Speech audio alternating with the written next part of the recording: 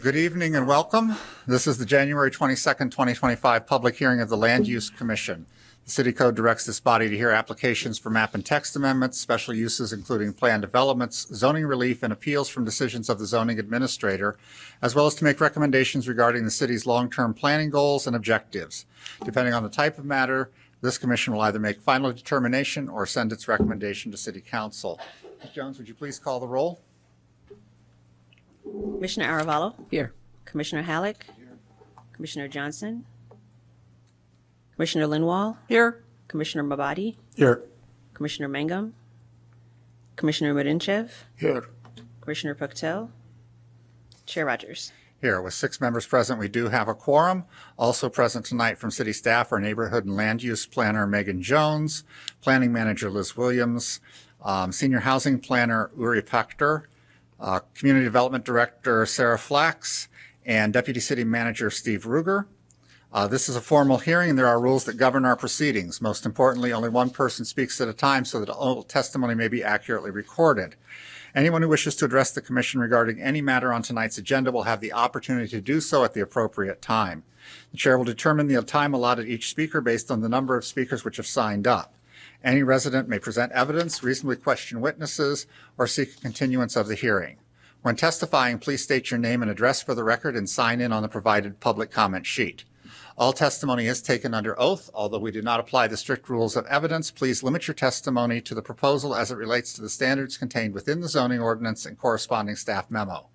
Our meetings are audio and video recorded. Please make sure that you are at a microphone when asking questions or making statements so that you may be properly recorded. All proceedings are subject to broadcast at a later date. Our hearings on the comprehensive general plan and zoning ordinance will vary slightly from our regular meeting structure. We will be holding public hearings for the purpose of receiving testimony from the residents and business owners on these important documents. Tonight's meeting will be about the zoning ordinance. We will be addressing this on a very high level, not getting into specific detail. This is to provide staff input so that when they come back to present a final zoning ordinance draft to this commission, they have input for things that have been raised during this discussion. We will return on the 29th, which is next week, to discuss the comprehensive general plan and give direction to staff, answering their questions so that they have all the final information they need to prepare the second draft of the comp plan. At this point, I'm going to ask the deputy city manager to come up and address the timeline discussion. So, Mr. Ruger. Good evening, Chair and Commissioners. Thank you for being here. And I haven't been in front of you much during this process. As you all know, I'm fairly new to the city and just kind of still getting oriented to everything that's happened and getting up to speed on these issues. But I do want to thank you all. I know you've been putting in a lot of long hours and spending a lot of time and giving us a lot of feedback. So I did want to kind of speak on the timeline issue. So basically the update is, I think that the feedback we got from the commissioners at last week's meeting was a little bit more, I think, than we were anticipating. So because of that significant feedback, we're still working to create a more detailed timeline, and we're just not prepared tonight to present that timeline to you. But what we want to do is provide an accurate timeline to you and the community, and we plan to come back at next week's meeting to continue this discussion. So I have Sarah here to help answer questions too, but just in looking at the feedback we got last week, it's just taking us a little bit of time to put together that timeline at this point. Can I ask, are you, as part of these discussions that you're having internally, is that with the current consultants? Yeah, so the consultants are a factor in this, and so part of that's confirming, needs that we identify that we might need from them. Okay. Are there other questions from commissioners? And just for the record, we are still striving to meet the deadline that the council had established, but we are not able at this point to put forward the steps moving forward towards that timeline. Is that correct? I think that's correct. Yes, we're still being respectful of the council's timeline. We just don't want to put out specific dates per se and set those expectations tonight. We'd like to come back to you with more detailed analysis of those specific dates so you and the public have a good idea of what's going to come next. All right. Okay. Commissioner Lindwall? Yeah, I just, Go ahead. I just wanted to make a point that when Steve said we are in discussion with our contractor, that doesn't mean we have determined what they're going to do and what types of things. I understand that. I just want to make sure I do that. understand that. Okay, I just want to make sure that nobody's. and I just have a comment that I think it's really important, and I know you've gotten a lot of comments from the public, and I think it's really important that that material be incorporated into the next draft. Because there are a lot of, I've read through it actually twice now. I think most of it anyway. And it's important that the community's voice be included in the next draft. So thank you. All right. I will note for the record that we have two old items of business. One is the text amendment, one is the map amendment. These walk hand in hand as we move through the process, so the items will be discussed concurrently. And I'll ask if staff can provide me with the public sign-up sheet in the back so I can quickly make a determination as to how many speakers have signed up for this evening. Our timing clock has been broken, so I'm going to be using my phone. So unfortunately, I will just have to hold it up as we're getting close to the end of your time. You won't be able to see your time on the lectern, but please be respectful of the time that we have. I think the question is who in the public broke it? I think it's broken on our end up here, so bigger question, it wasn't me. 29?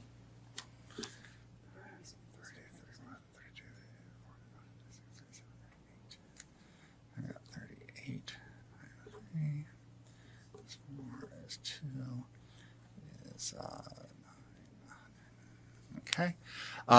Everyone will have 3 minutes to speak this evening, with the exception of a couple groups who reached out to me requesting additional time, and it is the prerogative of the chair under our rules when a group wishes to speak to allot additional time.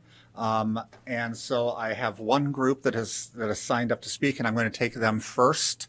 And that is a group speaking for the 1,200, I guess the 1,000 through 1,200 block of Hinman Avenue. Pat Mulhern and Kathy Shaw, I think, are going to begin the conversation. And I believe a couple other people are going to chime in as well. So at this point, anybody who thinks they may be speaking to us tonight, I'm going to ask that you please be sworn by raising your right hand. Do you swear or affirm to tell the truth throughout the course of these proceedings? I do. Thank you. And if you would state your names for the record, please. Yes, my name's Patrick Mulhern. I live at 1224 Hinman. I'm an 18-year resident of the city. First of all, I want to say thank you to the Land Use Commission. I think it's important that you know that your credibility and your thoughtfulness and the importance of this whole planning that we're in the midst of in the city's relying on you to do the right thing. And I would like to applaud the commission for making the recommendation of the council to separate the zoning from the Envision Evanston process. So thank you on behalf of our neighbors. Our neighbors are listening to you, to Commissioner Lindwall's comments a moment ago.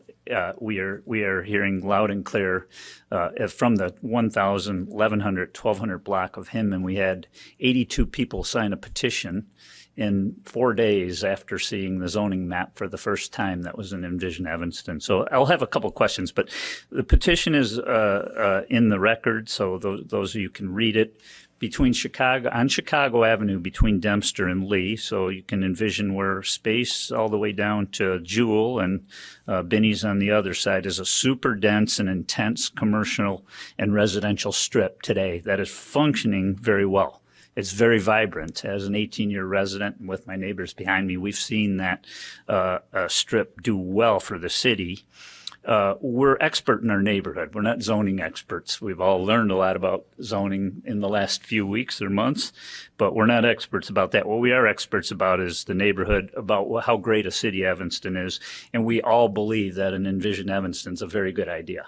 and for all the reasons that are in there. What we struggle with is we've complied with the Preservation Commission.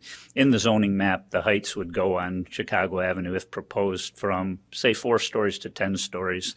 Some confusion between 40 and 45 feet to 100 feet.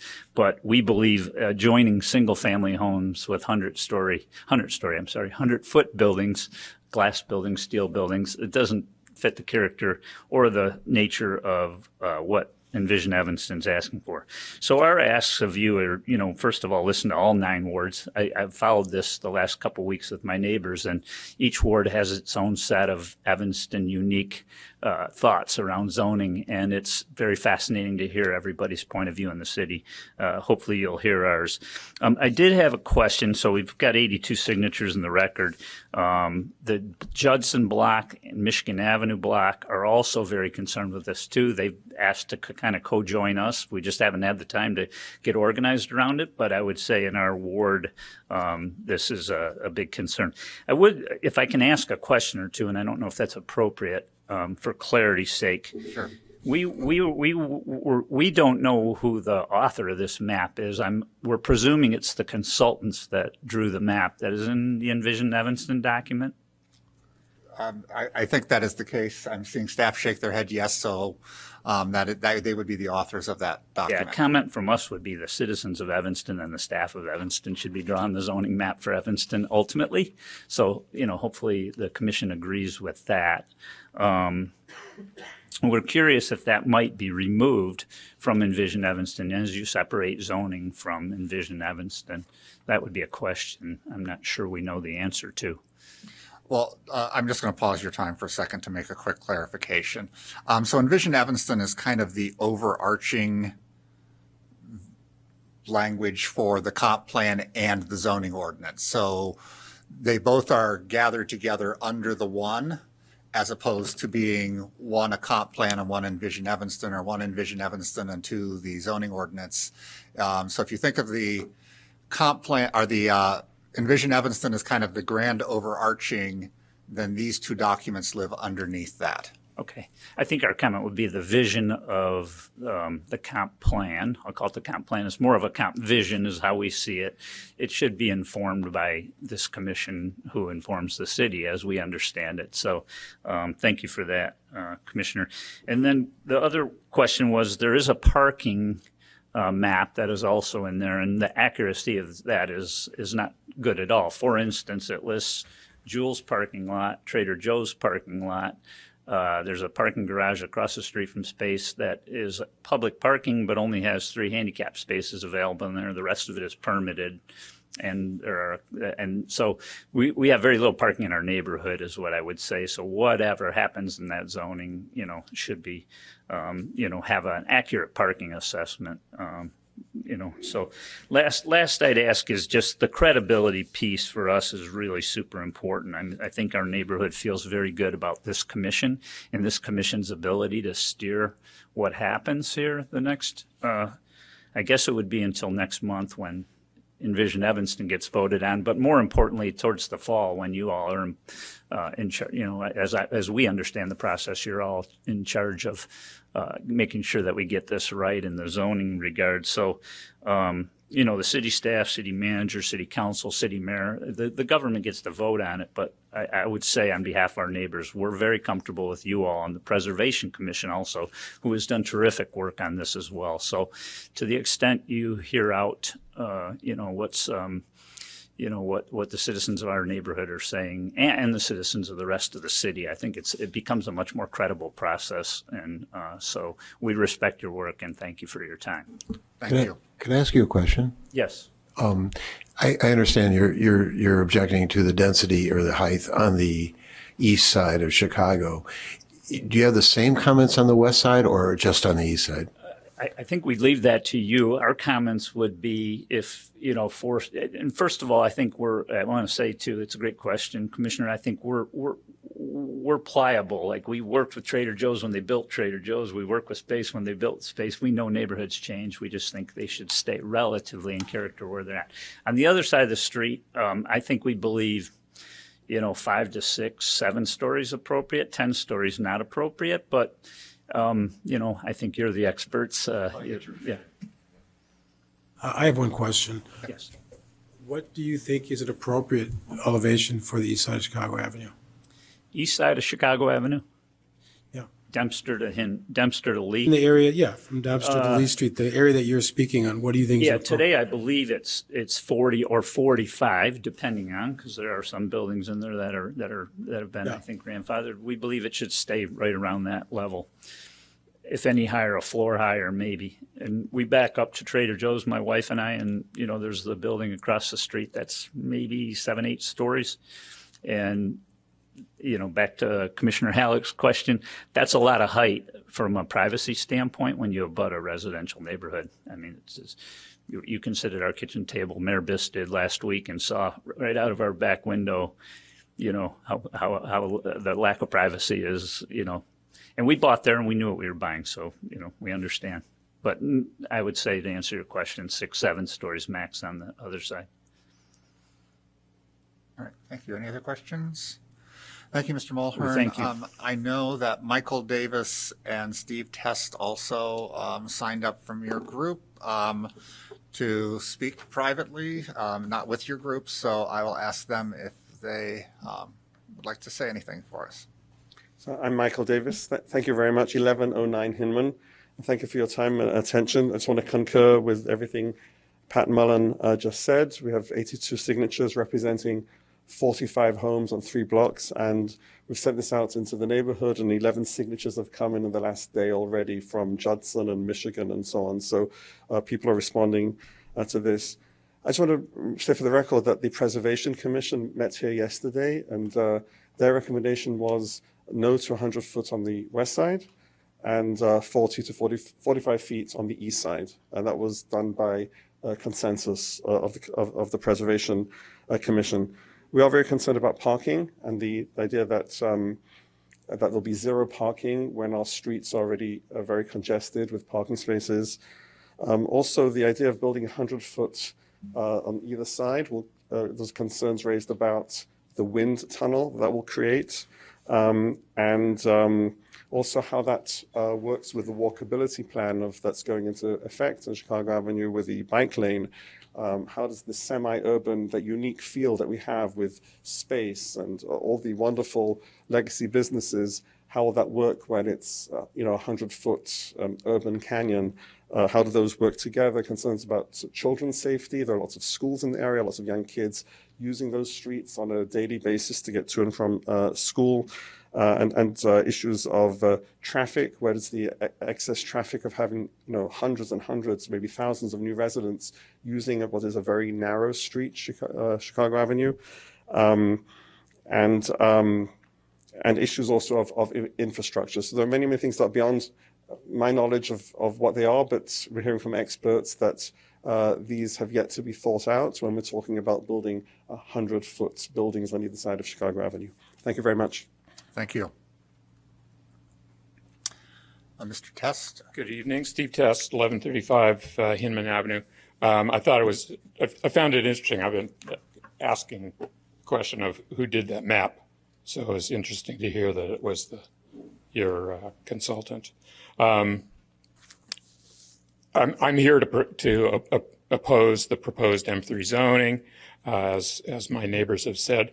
I've done a study of the zoning map, and I was unable to find any other instance on that zoning map of M3 districts directly adjacent to R1 districts.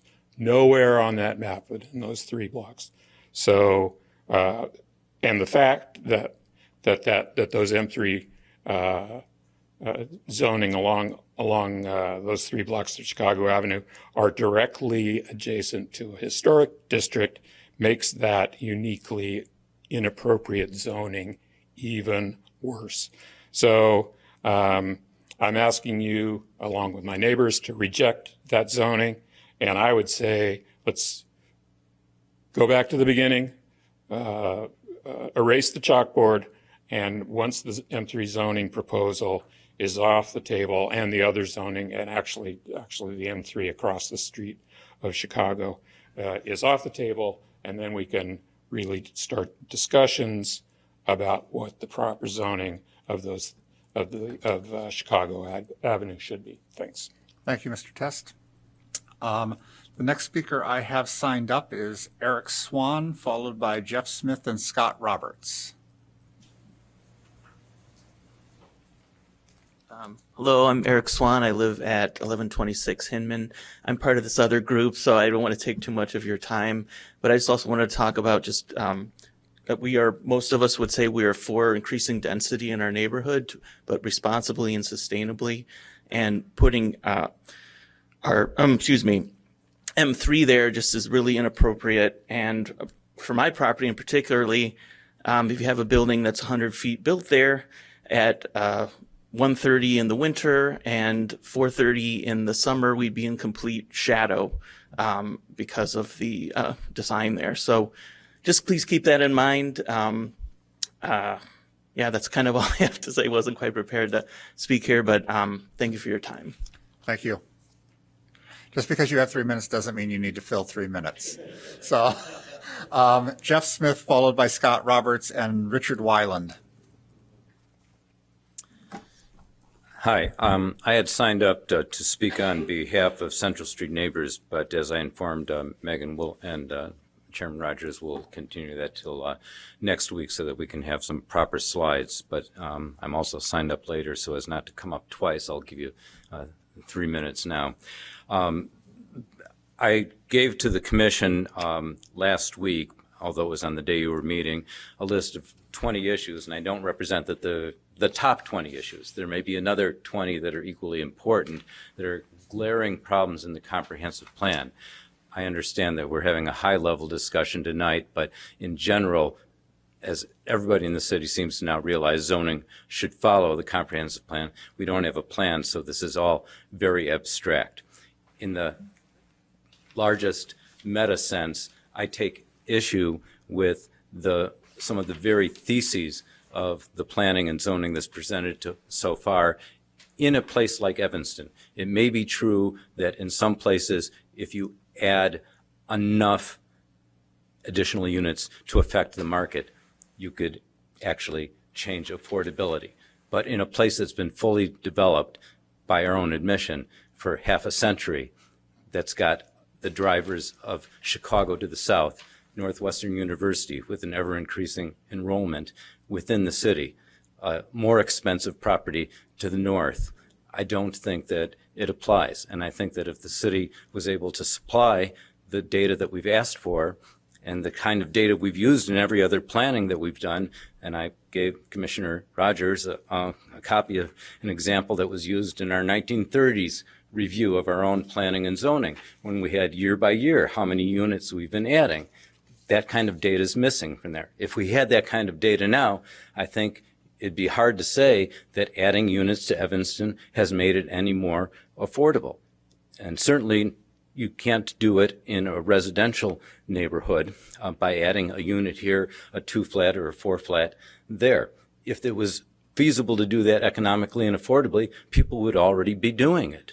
I looked on Zillow today, Zillow and a couple other sites. There's 400 units for rent in the city of Evanston. There's about 20 in apartments and condo type buildings. There's about 20 single family detached homes that are for sale.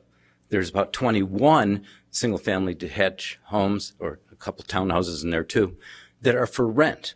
There's a massive effect across the United States right now of property being bought up for investment, but the 20-to-1 ratio of apartments and multi-units that are available compared to single-family homes said that, if anything, the shortage is in single-family homes, and nothing in the planning or zoning that we're discussing is going to increase that. And frankly, it's just not going to happen in Evanston because we're out of land to build single-family housing. So I urge this commission to really take a deep look at some of the basic premises upon which this planning and the accompanying zoning is going forward. Thank you. Next speaker I have up is Scott Roberts, followed by Richard Weiland, followed by Michelle Klebick.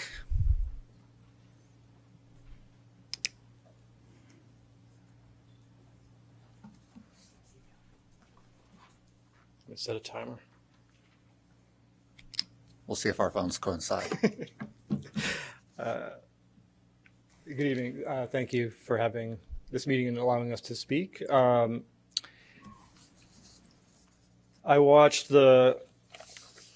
went home and watched the proceeding last week and saw the vote on the items pertaining to zoning within the comprehensive plan last week.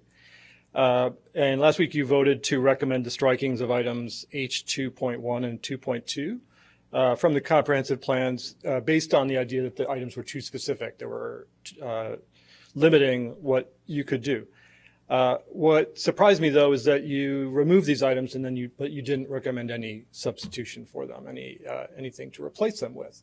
As Mr. Body suggested at that last week, I don't want to put words in your mouth, but it was, well, doesn't this keep things the same?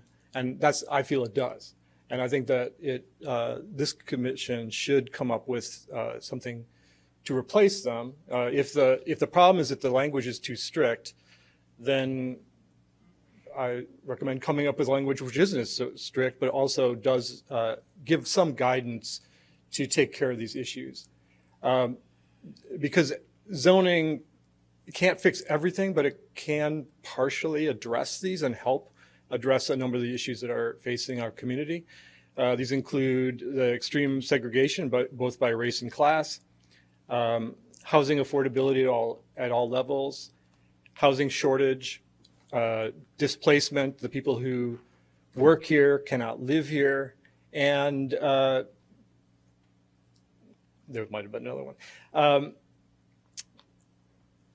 We can't go the next 20 years without a plan. To that end, I have some suggestions for less constraining language that gives this and future commissions more flexibility while maintaining the objectives. One would be encourage the development of a variety of housing types, including missing middle housing, throughout the city to improve housing diversity and affordability. Another would be promote housing affordability by supporting policies and practices that increase the overall housing supply and provide equitable housing options for all residents. I was going to give this, I brought this last time. Can I give this to you? Give it to me after you're done. So Okay. go ahead. Yep. All right. Well, I have this printout with just, I guess my area of Evanston is well represented here today. I'm 2 blocks east of the group that spoke earlier. And I wanted to talk about the block of Judson between Hamilton and Dempster, which is a great example in our city of mixed middle housing. And it shows that these are it's both a historic component of our community. It does not lower the property values of the block.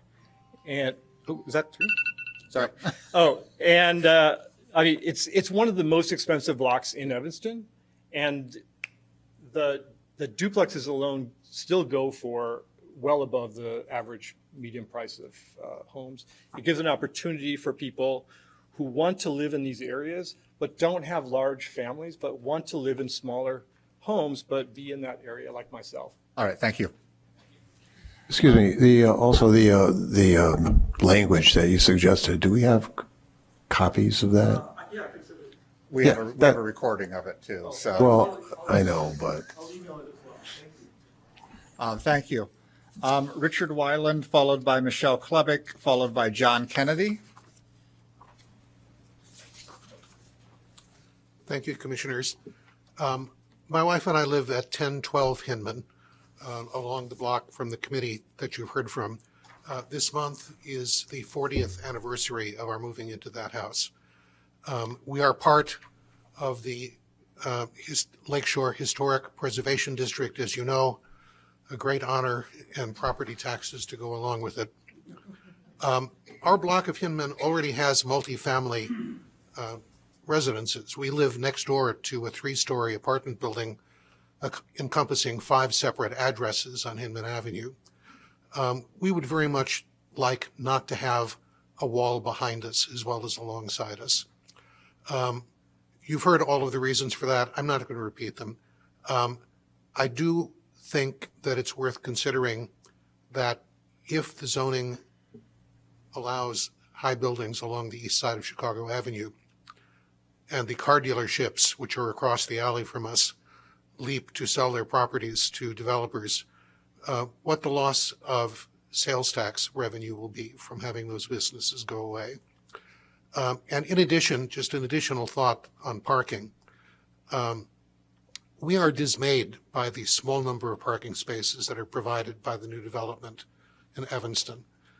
The L and Metra are great if you're going downtown. We live a block from both of them. We use both of them.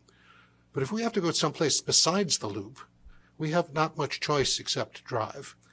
And if our children who live in other suburbs want to come visit us, they have no way of doing that via public transportation.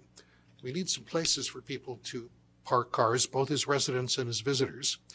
And I hope that will get taken into consideration in thinking about the level of density increase that is going to be permitted in Evanston. Thank you for your time. We look forward to your deliberations, and we hope that sensible conclusions will result. Thank you very much. Thank you, Mr. Weiland. Michelle Klebick, followed by John Kennedy and Robert Ketting, and I'll apologize in advance for mispronouncing any names. No, you actually got my name right. Most You've people been here don't. a few times, so Thank I've you. learned it. My name is Michelle Klebeck. I live at 2207 Orrington in the First Ward, along with my husband and my 2 kids. I'm here to express my concerns about the proposed upzoning plans. While the goal of addressing housing is understandable, I believe this plan raises several critical issues that need to be reconsidered. First, do we even have a housing shortage? According to the U.S. Census, Evanston's population has been declining 3.6% since 2020. It has remained stable since the 1950s. With a 7% vacancy rate and no evidence of significant population growth, it's hard to justify the need for more housing.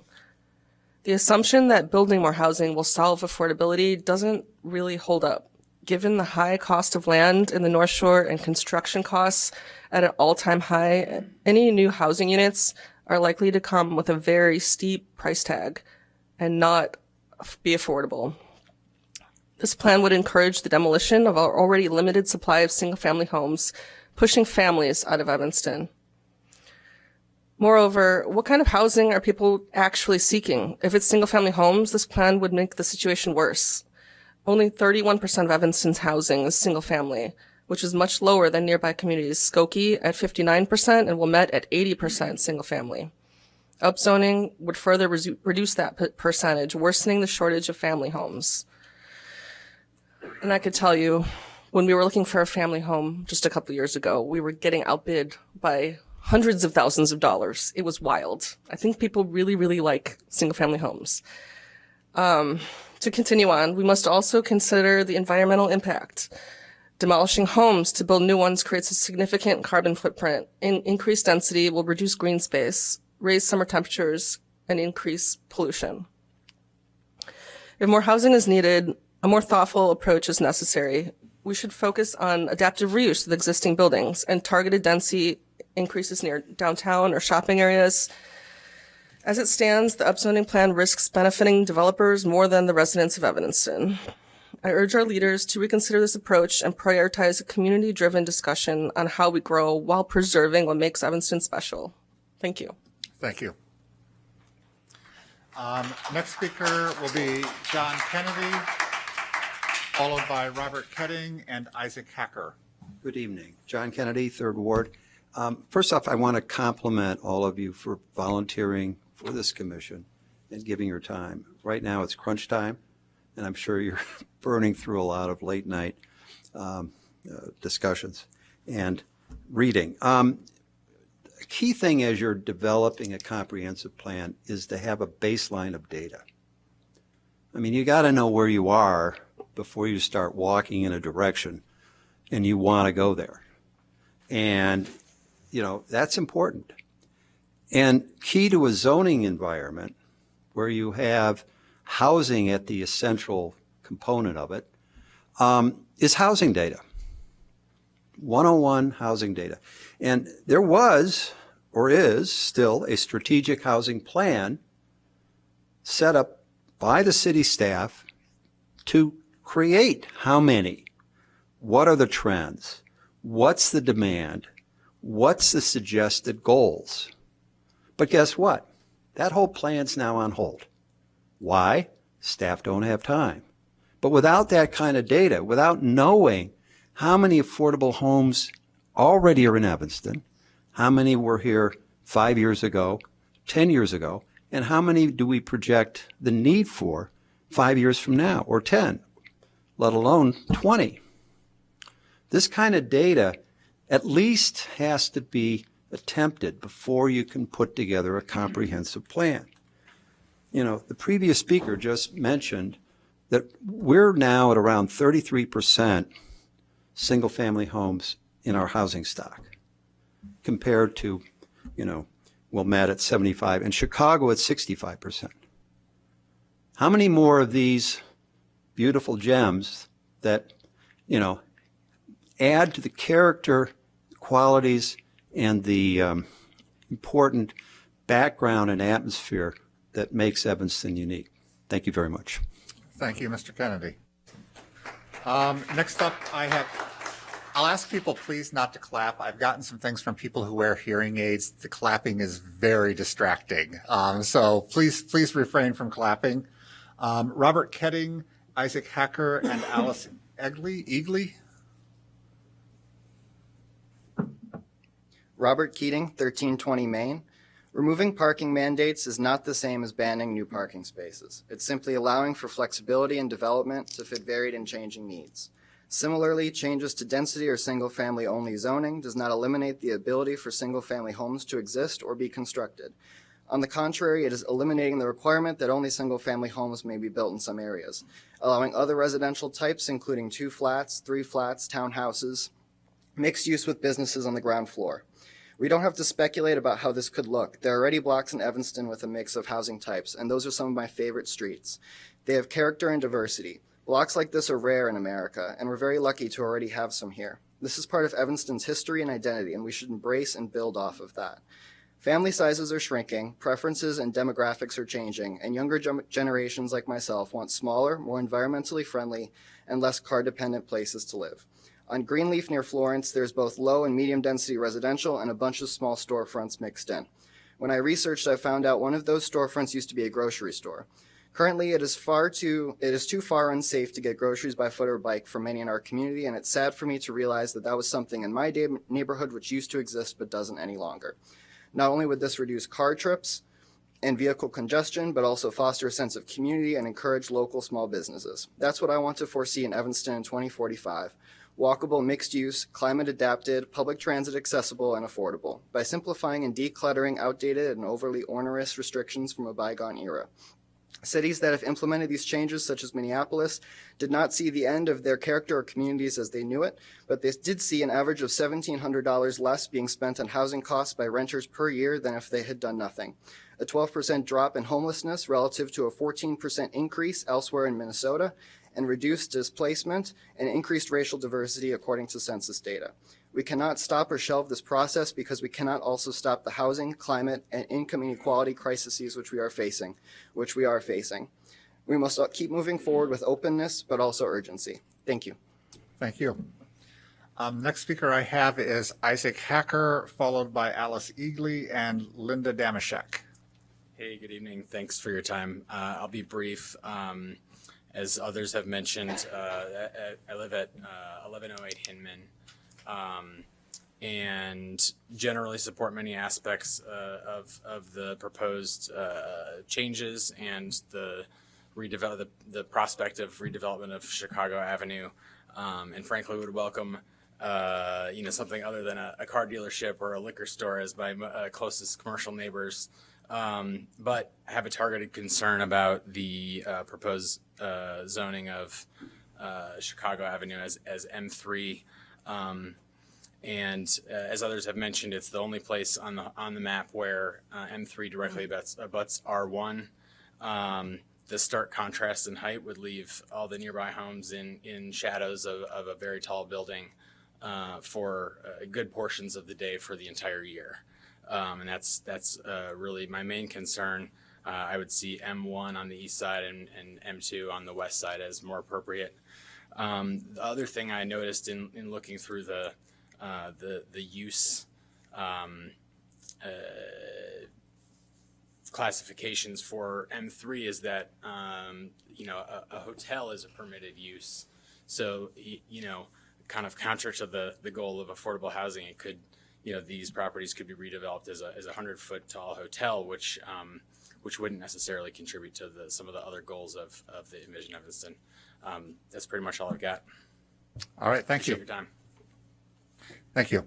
My next speaker is Alice Eagley, followed by Linda Damashek, and then Peter Kelly. Yes, I suggest that we don't need to speculate about what would happen if we change the R1 and R2 districts to these districts that would allow multiple unit housing. We could look at other university communities. I urge you to visit communities like Ann Arbor, Michigan, that did this years ago. What happened is districts near the university where many university employees lived were just torn down, progressively over the years. They just all disappeared, and these multiple unit residences came in, and they were occupied largely by students who would, many of them live in the same apartment. Parking became impossible. It became a very concentrated district, and there was no longer a district where university employees wanted to live, so they had to live further away and drive to their workplace. So it would be a profound change in the nature of Evanston to no longer have these single residence units where we could live. So I would urge you not to do this and to preserve some area of single-family homes that would be near the university and transportation. So thank you. Thank you, Ms. Eagley. Linda Damashek, followed by Peter Kelly, and then Bonnie Wilson.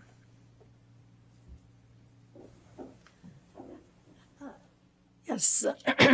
My name is Linda Damashek, Third Ward resident. And I'm here to say that the proposed changes to the zoning code are incredibly misguided. For residential, changing single-family lots to 4 units will negatively alter the character of Evanston's residential neighborhoods. Downtown, developing high-rise buildings with no height restrictions will negatively alter the character of Evanston's downtown.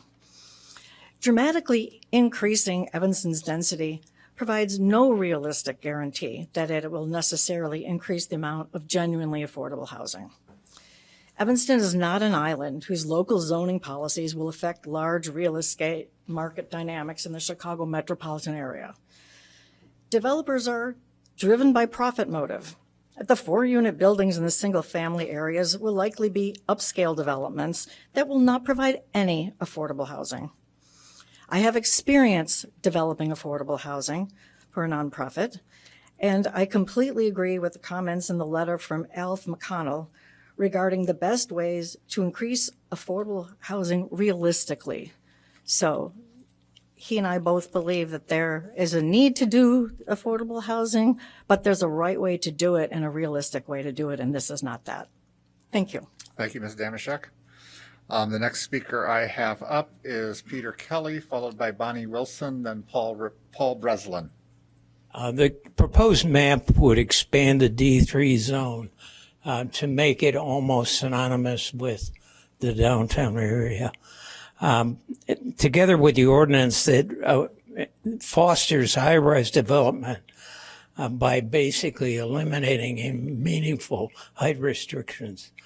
Based on developments of the past decade, including 2 current pending 300-foot proposals, and the explicit goal of the plan to encourage tall buildings downtown, we can expect the simplistic, if you build it, they will come strategy will result in an oversupply of studio and 1-bedroom rental units and no serious impact on the undersupply of missing middle owner-occupied housing or affordable housing.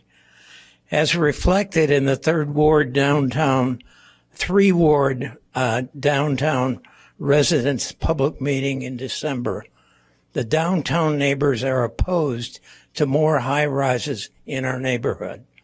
It is time that the residents of this most densely populated neighborhood are afforded the same respect as is expected by residents of the other city neighborhoods. Of course, if smart, targeted increases in density are required, we'll have to do our part and absorb some of it. But the human scale of our built environment is already at risk due to too many tall high-rises. Density-seeking downtown developments should emphasize adaptive reuse of existing low and mid-rise structures. Any new high-rises should be confined to other transit centers that have not yet overbuilt, and that could include Central, Main, Dempster, and South Boulevard. Any new high-rise developments should include owner-occupied condo units that appeal to the growing cohort of aging empty nesters who would prefer to stay in Evanston. The D3 zone absorbs the RP zone, effectively wiping out existing zoning and plan development procedures unique to that zone. The current RP procedures are designed to ensure development reflects the city's stake in the RP zone due to a legacy of public support to projects in that zone, including through the use of TIF funding and other support. As is the case with contributing structures in our landmark neighborhoods, the centrally located movie theater and farmers market confer a public good and a community good that's been factored in past city zoning and planning development approvals. Modification of the built environment that reduce or eliminate public good should be subject to more restrictive procedural review, including continuation of the RP zoning development requirements and demolition delays similar to those employed by the Preservation Commission. Thank you, Mr. Can I ask a question here? Sir, you mentioned the oversupply of studios and one-bedrooms in the downtown, especially with the new construction. If these projects, new projects, were more three-bedroom oriented, twos and threes, would you have a different opinion? I think it would be more likely to hit your targets, but I think the bigger issue with density is not getting more density, but keeping the density we have in light of the missing middle. And I do think that you're apt to have more vacancies if you have, all the new buildings are competing for the same one-bedroom and studio renters. Then I think you're just going to be transferring from the losers to the winners, the same group of renters. And I don't think you're really expanding the universe. All right, thank you. Next up, I have Bonnie Wilson, Paul Breslin, and then Joe Caprile. Good evening, everyone. I'm Bonnie Wilson. I'm a member of the Joining Forces for Affordable Housing Committee and an Evanston real estate agent for the last 40 years. I understand personally about the importance of having more affordable housing in Evanston. And one way to have more affordable housing is by eliminating the 3 unrelated rules in the housing code. As you know, this zoning code prevented more than 3 unrelated persons to live together. In fact, they describe family as a husband and wife with children. I understand in the new zoning code, family has been replaced by household and occupancy and would be determined based on property maintenance code, which uses the size and number of bedrooms and a square footage of common space per occupant to establish the maximum occupancy for a dwelling unit.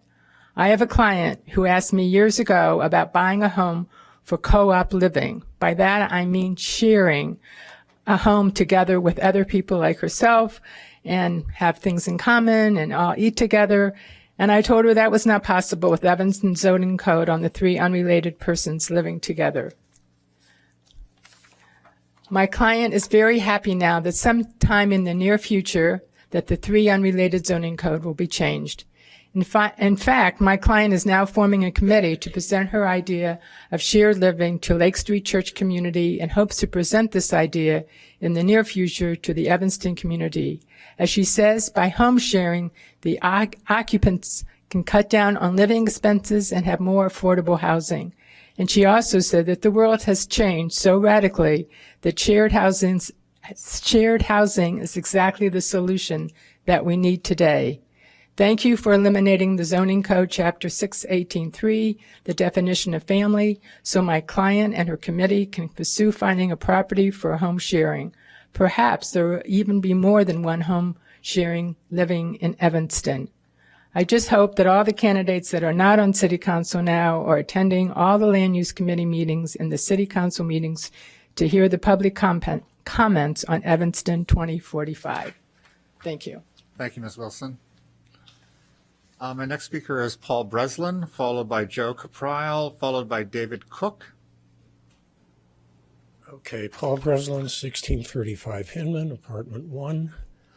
I will start my timer now. Give me a second. Now it's switched to 50 minutes. Hang on, give me this. I'd like to know how long I've got. All right. I can't say everything I'd like to say, so I'll concentrate on one thing. I want to question the assumption that the plan is really about affordable housing, and especially the way it has been politicized as affordable housing. Notoriously, the mayor's statement that it would be immoral to delay the plan. This is no way to persuade people to support your plan. I have heard a lot of people who aren't privileged white people living in mansions, as one speaker put it, say some pretty important critical things about this plan. Larry Gavin, in a long article in the Evanston Roundtable, questioned if the plan would really improve affordable housing. He pointed out that the greatest need for families is 3 bedrooms, and there are hardly any in these high-rises that are going. That was just addressed a minute ago. You need more larger things. Periel Davis has bluntly said that this is a mercenary agenda clothed in a progressive disguise, a conclusion I am inclined to agree with, unfortunately. I've heard Jamaica Mangrum of this commission, who couldn't be here tonight, say that she's worried that if developers would just go into low-income areas where the land is cheapest and knock down what's there and build 4-unit buildings permitted by the zoning and market them at market price, because you can't get affordable housing financed at that level, as Alf McConnell's detailed letter explains. It won't create affordable housing. And if it's about affordable housing, why a hurry to get it done before the election? What is the mayor afraid of? I heard one citizen comment, well, I used to be for this, but when you see somebody trying to railroad something through like that, you get suspicious. I could quote a lot of other people. I think that, Tina Palin, Carlos P. Sutton, David Cherry, Jeff Smith, who just spoke, a lot of people have doubts about this. And they're good faith doubts. They're based on, I personally would be much more willing to see my tax money spent on affordable housing than on a $37 million lease at 909 Davis, which happened. That was unnecessary. And I urge you all to read Alf McConnell's letter. It is the most thorough thing I've seen. It was written by somebody who's been doing affordable housing development for 30 years, has won awards for his work, and everything else I want to say is in that document. Thank you. Thank you. Next up, I have Joe Caprile, David Cook, followed by Richard Rovnick. Good evening. My name is Joe Caprilli. Close. Sorry. Thank you. My wife and I live in the 6th Ward. We're 40-year residents of Evanston, and I am an architect. I have something proposed. With the revised schedule for the zoning code, I think it presents an opportunity for a realistic approach to zoning. Rather than trying to rewrite an existing established code that was done many years ago, I would propose that the existing code be amended, strike out things that to be stricken, add provisions that they want to add, which will give the whole community a very clear document of what is intended. Trying to read, as an architect with 50 years of experience, an existing zoning code next to a new zoning code is next to impossible, and it's going to really provide difficulty for the process. And with that, they should provide supporting graphics. Thank you. Thank you. Next up, David Cook, followed by Richard Rovnick, and then Evelyn Forstat. David Cook, 7th Ward resident, 35 years or more. Thank you all for being here. I think I really, really, really respect the work that you do. I know it's really hard, and it's very time consuming, and sometimes it's very unthanked by the city council. I read in the paper that the mayor stated it would be immoral to delay or pass the new zoning code as proposed. That piqued my interest. I'm a firm believer in preserving diverse housing stock in Evanston and avoiding gentrification. But I also believe that a developer is going to develop to the maximum amount that he can develop on a piece of property. He's going to read the code and he's going to develop it to the max that he can, because that's how he makes money. I therefore wanted to see, and he's not going to do affordable housing unless there's some kind of incentives that are in the zoning code for him. So I therefore wanted to see how the proposed zoning code would affect affordable housing in Evanston. I'm an architect, and I understand the building code, or at least I think I do. And my wife is an MBA with a degree in finance. And with these combined backgrounds, we felt that we'd be uniquely qualified to do a little analysis of what this zoning code was going to do to the housing in Evanston. Because everybody here says, oh, it's not going to do affordable housing.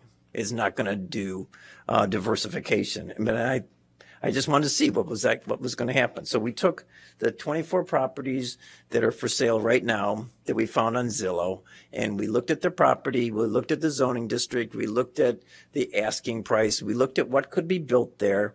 We took some multiplication of housing costs and selling costs and architecture fees and all that kind of stuff. And we come up with an answer that no affordable housing was created. No diversification.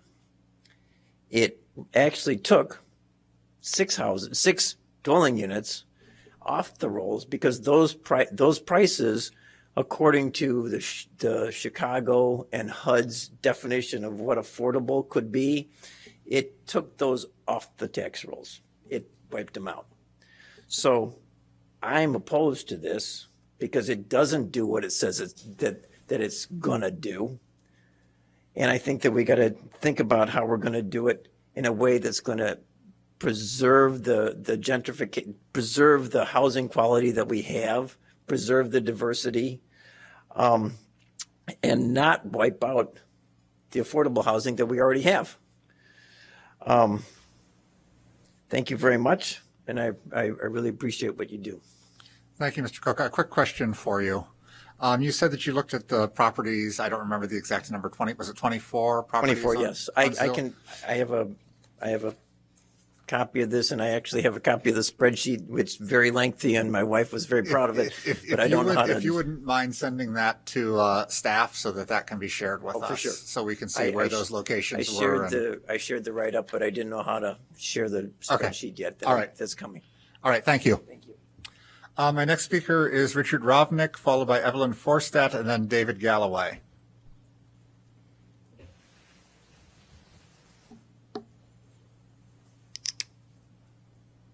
Thank you. Richard Rovnick. I live on the 900 block of Michigan for 48 years.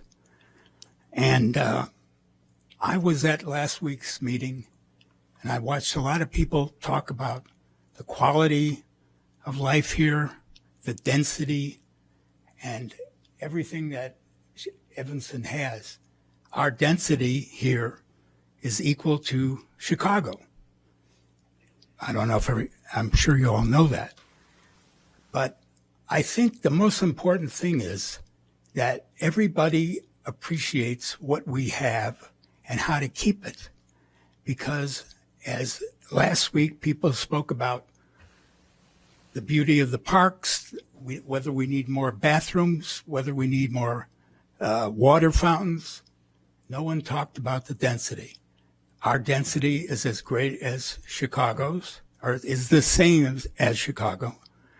And the people here move here and live here for a reason. And to overthrow that on the basis of listening to people who have self-serving goals I think is wrong. So I just want to say that those of us who live in Evanston for a long time would like to keep it the way it is and not try and do, as other people have said today, not try and make it what we think might work, but what we know will work. Thank you. Thank you. Excuse me, when you say density, you mean people per square mile or something like that? It has nothing to do with buildings and ground coverage or anything like that, right? Is that, what are you, when you say density, what do you mean? By blocks, by... No, but it's people per square mile, or is that would be the information I have is per the city of Evanston is as dense as Chicago. Is that correct? It's okay, people per square mile. Per square mile, yeah, okay. Is the stat I think he's referring to. That's the stat that we've been presented with. Yeah, I didn't remember. Yeah, yeah. All right, thank you. Evelyn Forstat, followed by David Galloway and Marion Horton.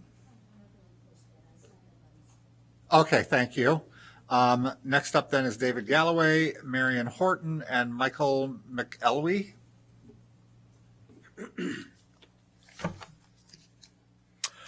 My name is David Galloway, Evanston resident since 1983. I reside at 728 Noyes and am a retired architect. I am representing two entities here. The first entity would be Design Evanston.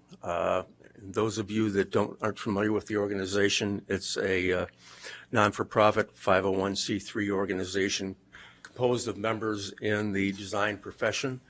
You can find out more about it by visiting the website designevanston.org.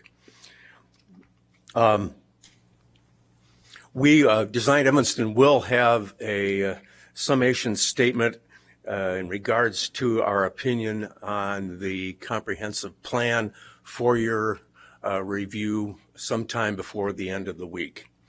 We have had 3 meetings and numerous other discussions amongst our members, and are looking forward to having a final resolved document by the end of the week. I'm also representing myself this evening. I want to draw attention to this book, which is called Missing Middle Housing. Missing middle was referred to in one portion of one sentence in the master plan. Missing middle housing is the type of housing that most every city in the nation is now trying to implement. It consists predominantly of those kinds of housing types that fill the gap between a single-family home and a multiple-story apartment building. I want to echo the comments made by Mr. Roberts and Mr. Ketting in regards to missing middle housing. And I want to emphasize that the subtext to the title, Missing Middle Housing, Thinking Big and Building Small to Respond to Today's Housing Crisis. The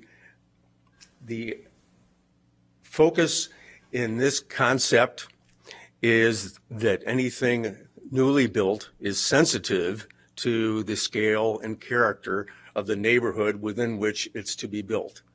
And the current plan and the current zoning ordinance do not take that approach, in my opinion. I also want to second the comments by Ms. Wilson with regards to shared housing. That's a very inexpensive way of increasing the number of people that can live in a certain amount of area and provide an enhanced level of community. And I also want to encourage you to investigate Joe Caprilli's comment in regards to the approach to the new zoning ordinance. Thank you for your time. Thank you, Mr. Galloway. Next up, I have Marion Horton, Michael McElwee, and Patrick O'Connor. Hello, thank you for holding this meeting. I'm a lifelong Evanston resident. I grew up on Seward Street on the southwest side, and I currently live in the 6th Ward. There have been a lot of words thrown around about doubts, questions, opposition to the Envision Evanston 2045 plan, or even to the proposed delay on the vote. Words like privilege and immoral.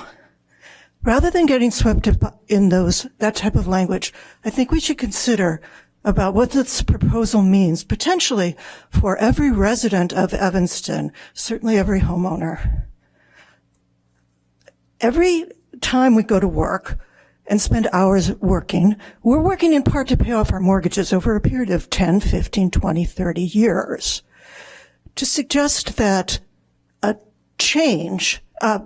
possible change to the home environment that we purchased on purpose by design is in some way flawed, that we shouldn't have questions about this, is entirely wrong. If the single-family homes of Evanston, which we know are a relatively small number, 31% of the area, are now allowed to be flanked at any time, at any space, by units of 4 or more, the character of Evanston will change. We're talking also about reduced setbacks, reduced possible parking. The people from the Hinman district talked about the canyonization of their area and the possible loss of light. Why do we live in Evanston? Why do we choose to be here? Most of us love the diversity and the vibrancy of Evanston, which is a historic fact. But we also love that it's quiet, it's green, it is famously a city of trees. It does have true diversity, meaning a mixture from people who are truly wealthy to people who are on the lower end of the scale. That's what makes this place what it is. And in contrast, we can lose the very thing we bought our homes for, the access to light out the windows, what it looks like when we go into the backyard, the character of the neighborhood that we purchased into. Is this really a good idea to rush a proposal through before the election? I would say not. This is what elections are for. This proposal should be thoroughly vetted by the new city council, and it should be the voting on who is elected as our alderpersons. This should be part of that debate. I would emphasize also that housing affordability is a nationwide crisis affecting all income levels, from seniors who want to downside to young people who want to buy a home to those who are truly struggling. We cannot solve that here without changing Evanston's character. And I suggest that we not do that because it is, in fact, a potential harm to every single family that lives here. Thank you very Ms. much. Horton. Next up, I have Michael McElwee, Patrick O'Connor, then Balin Rosas. You're close to the first time. It's Michael McElwee. That's okay. Okay, sorry. I live at 1722 Main. If you don't know where that is, it's directly across the street from Robert Crown Center. And I guess echoing the sentiment that some people have said with respect to the parking, parking there now is great when nothing's going on at Robert Crown. when something is going on at Robert Crown, you can't park anywhere for like 3 or 4 blocks. It fills up, which it is what it is. That wasn't my question there. In the area, I saw the side-by-side map that you have, the interactive one where you can see the colors and stuff, and I actually do really like that. I found it to be somewhat helpful.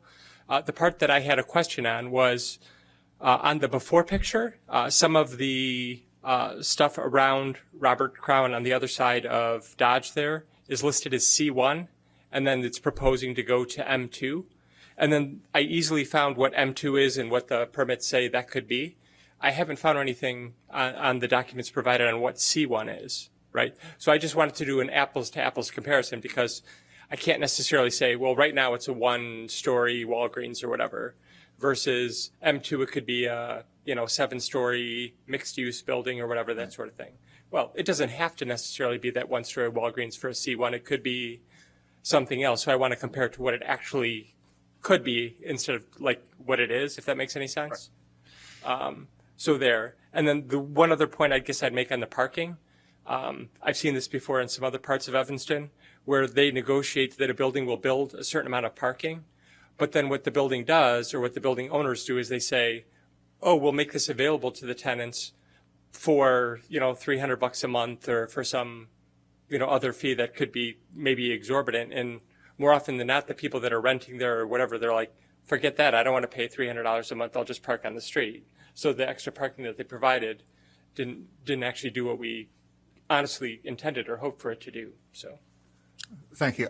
Just to respond to your question about the C1 districts, that would be in the current code, which is online on the city's website. If you look up city code, and if you do a search for C1, you'll get a little chart that will show you C1, C2, and C3, I think, and all in one chart. And it will show what heights are allowed, what setbacks are required, and all that sort of stuff. But it's like C1 commercial only can't be housing, or it can be, or what's... That depends on the specific district. I believe C1A would allow for residential, like above the first floor, but I believe C1A, yes. Yeah, C1 and C2 do not. All right, thank you. Patrick O'Connor, followed by Belen Rosas and Irene Rosas. Good evening, Commissioners. Thanks again for your time and attention to this matter. It's a big, deep matter, and there's a lot to dig into here, so we appreciate you doing it. I have 2 questions/comments tonight that I think a lot of us have. One, what tools have you all been given by either staff or the consultant to try to understand what is the actual bulk density of what's being proposed to be built in each of our zoning districts versus what can be built there now? And it's very similar to the comment that the speaker just now had, whether they be visuals, calculations, charts, comparisons, other than the text of the old zoning and the text of the new zoning. I'm not aware of any tool that exists that's helping you or us understand how that might actually be built in our community. And it's hard to understand how you can advise and review and consent or consult for city council on that without those kind of tools. The second thing has to do with impact studies. Same sort of question. What kind of impact studies or analyses have you been provided or have you asked for from staff and the consultants as to the impact on our city as this newly approved density builds out? Whether it's 50% of the proposed density, 40, 20, 10.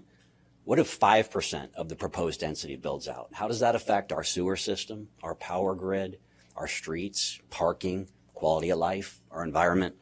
Again, the kind of things that we would hope you have tools to evaluate those things and have those studies. And if you do have them, we'd like to see them. Thanks very much. Sure, thank you. I'll just respond real quickly that we have not seen a lot of that information. It would be forthcoming as we move into the zoning ordinance, which is moving on a slower timeline now. So hopefully, as we move into that, council has set August, I believe, for when they would like to approve of the zoning ordinance. But as we move through that, those are the types of documents that we will be requesting, and anything that is shared with us will be shared with the public as well. Next up, I have Belen Rosas, followed by Irene Rosas, and John Horstman.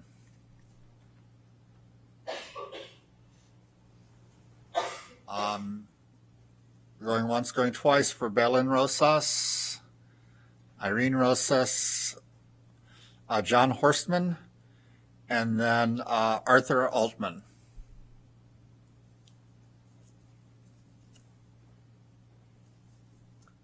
Hello, John Horstman of 1111 Hinman. I share the sentiments of many of my neighbors that were already expressed earlier. Really, the only thing I want to add to that is I'm really glad to hear that this timeline has been slowed down and we're considering a more thoughtful approach.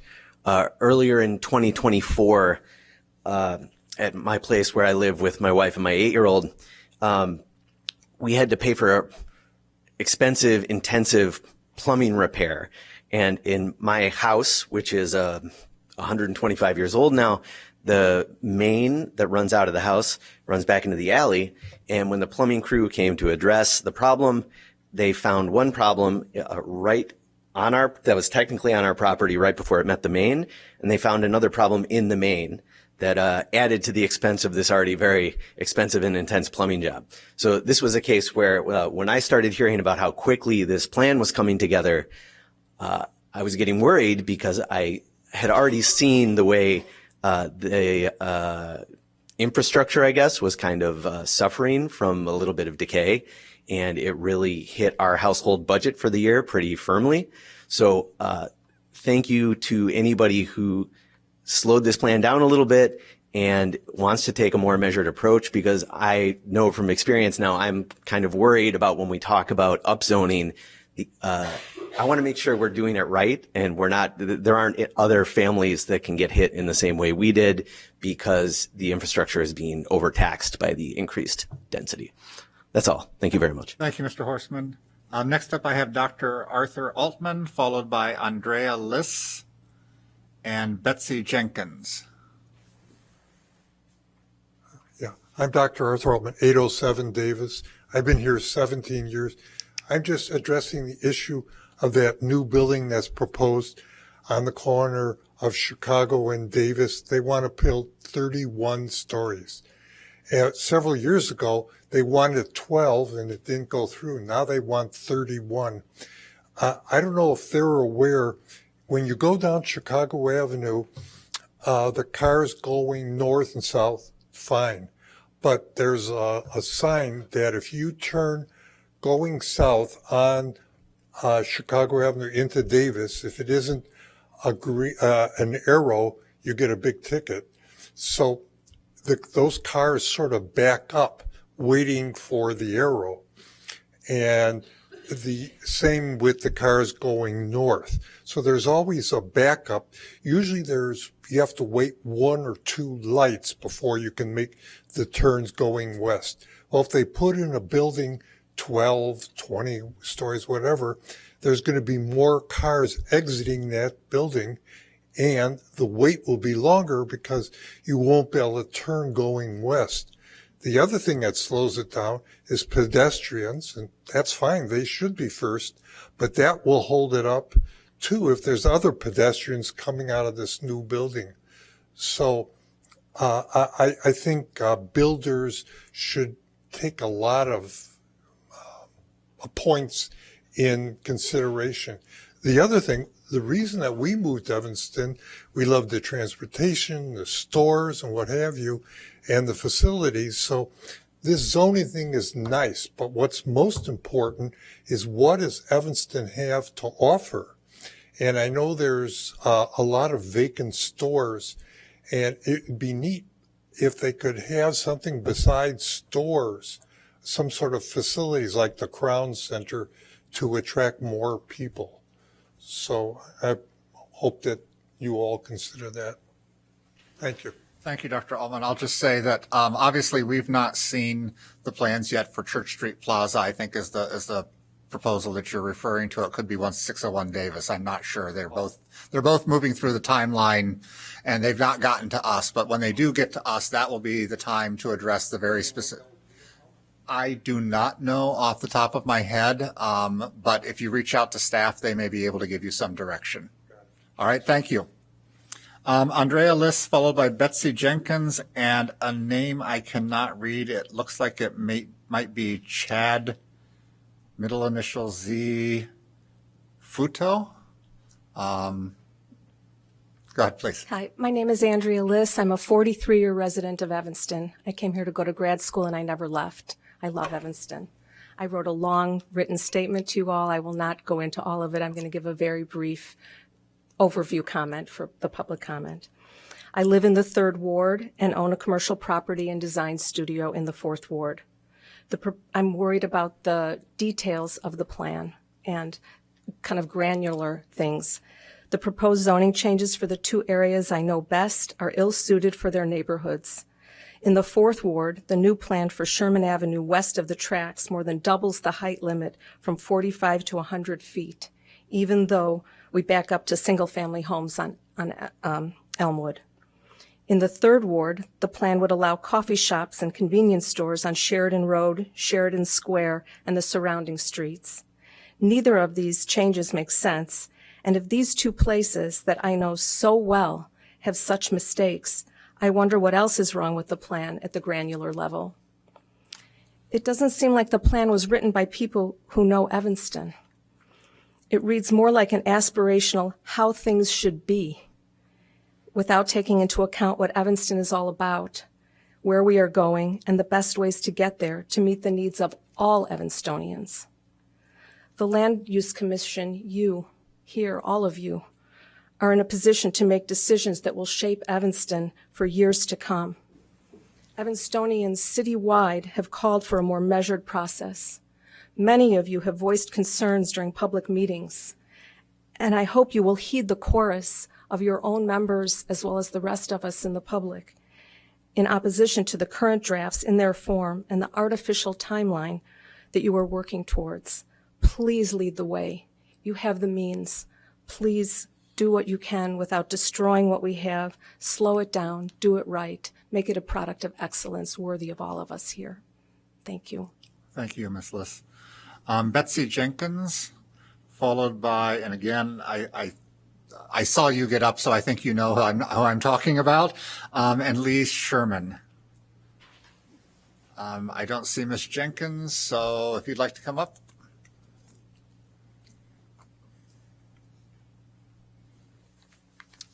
Good evening. I'm Chad Fitzloff, resident of the 9th Ward for 11 years, Evanston resident for 15 years. And I want to thank some of the more experienced previous speakers with sharper pencils and more experience than me. But they confirmed some of my doubts and concerns that deregulation is going to provide equity in housing. I think free market forces are motivated by profit, not visions of the future and equity.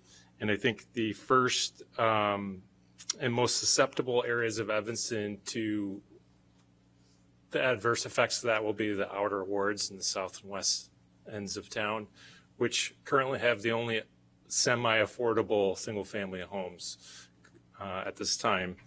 And I think there's probably more deliberate ways that we could, if our goal is equity, like in fixing the inclusionary housing ordinance, if I understand correctly, is only 10%. That's a pretty small percentage of any multifamily homes going up. And if the outer wards are going to get 3 flats and 4 flats, well, then there'll be no affordable housing there. So that needs to be increased to some more appropriate number so that actual affording housing will go into those types of units if that's what's going to be built in those wards. Thank you. Thank you, Mr. Fitzloff. Leah Sherman, followed by Ron Ruby.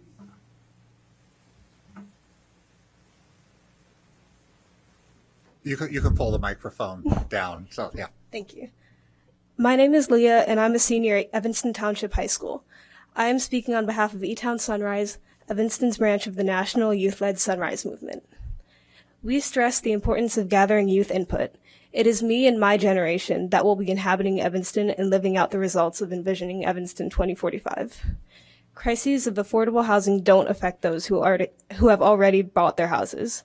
No, these decisions affect These decisions you make here will shape the city that young people like me will live in. We support the revision of R1 zoning to increase the housing supply, and we want mixed-use zones, supporting small businesses and walkable communities. We disagree with the notion that these revisions would harm Evanston's character, which grows and evolves as Evanston's community does as well. Lastly, we urge the Commission in the next month until Envision Evanston is voted on to seek out and listen to youth input into the rezoning and comprehensive plan. Thank you. Thank you, Ms. Sherman. My next speaker is Ron Ruby, followed by A. Head, followed by John Fisher. Good evening. How are you? My name is Ron Ruby. I live at 2010 Maple Avenue. I'd like to start by saying that, aside from the nice woman that was here before me, that a lot of us will be happy to be around in 2045. I hope. Maybe. So just a couple of points. One is, as far as affordable housing goes, I've been in the real estate business for almost 40 years.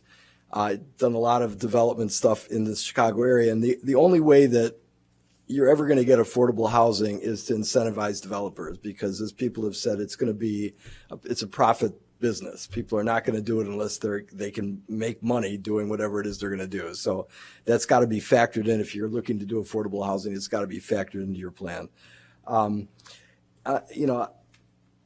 I wasn't quite sure what this was going to be. So I think a lot of us are looking at it holistically, and a lot of us are looking at it personally. From a personal standpoint, I'm a little concerned about the corner of Maple and Foster, which has a bunch of changes going on. It looks like where Northwestern owns the lot that's on the southeast corner. It's quite a big empty lot that's been that way for forever. It looks like that's, if I remember, I didn't bring the zoning with me, but if I remember, the proposed zoning is U2, like Bono. But if I read one of the possibilities of that zoning is they could build a stadium there, which kind of surprised me. I'm not really sure what Northwestern's plans are. I know that they control a lot of the property in the city of Evanston. And so I'd be interested to find out what specifically would be the intended use for that property. Also, the property on the northwest corner, I live 2 doors down from that, I think is being proposed to be rezoned to an M1, I believe, which again surprises me. I'm not sure why they bled the zoning to the north of Foster Avenue. It seems like if you're going to divide it, it should probably be to the south of Foster Avenue. I think there was another M1 zoning on the southwest corner as well. And then the other corner, the northeast corner, is currently townhomes. And I think the proposed zoning for that it may have been an M1 zoning for that too, which struck me as not making a lot of sense. So that's my comments. Thank you. A. Head, followed by John Fisher and Jim Slingo. Sorry, my name is Ann Head. I should have written that out. Oh, that's fine. I'm a resident in the 500 block of Sheridan Road.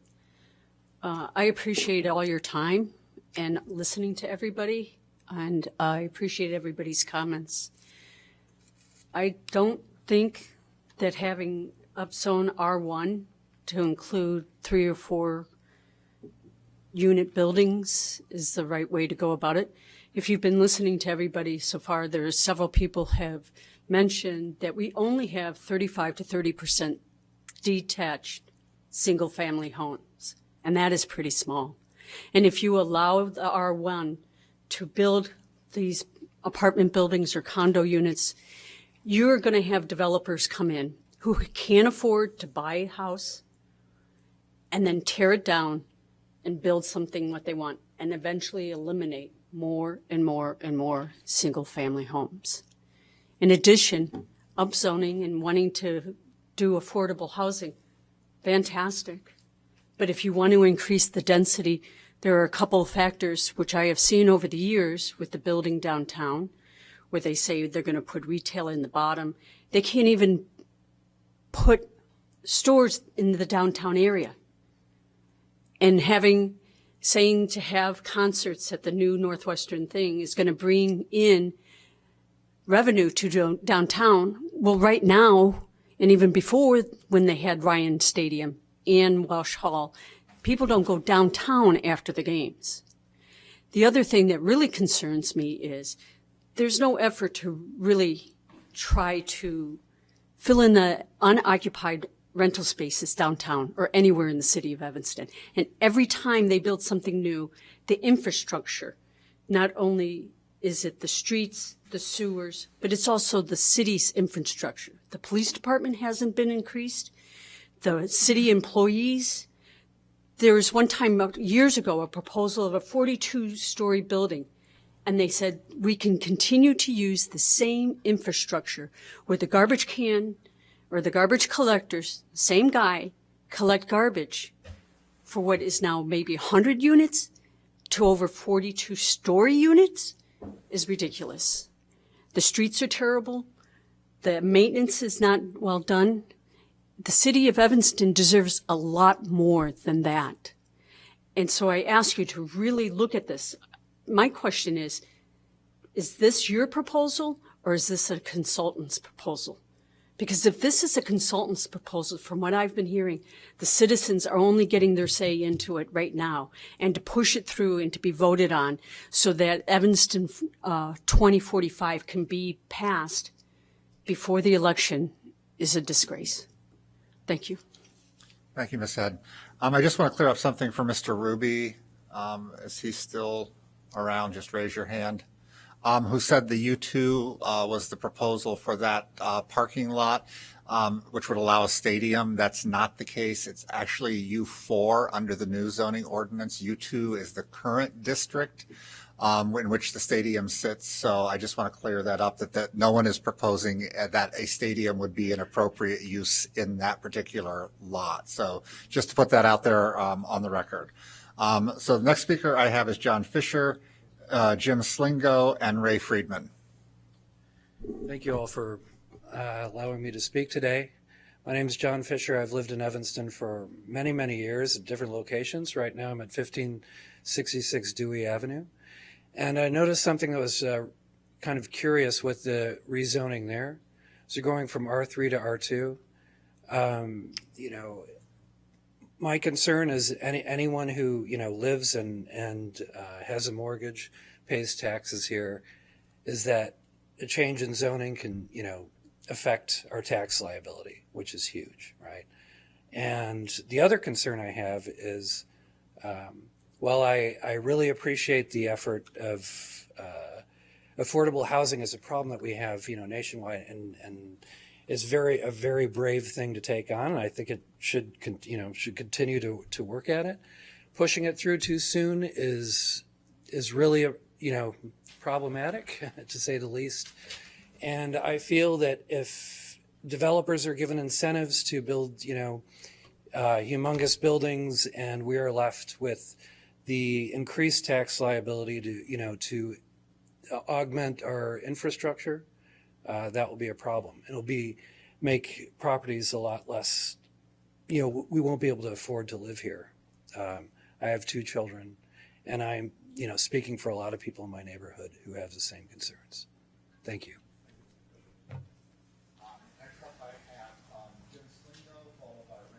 My microphone's not on. Jim Slingo, followed by Ray Friedman.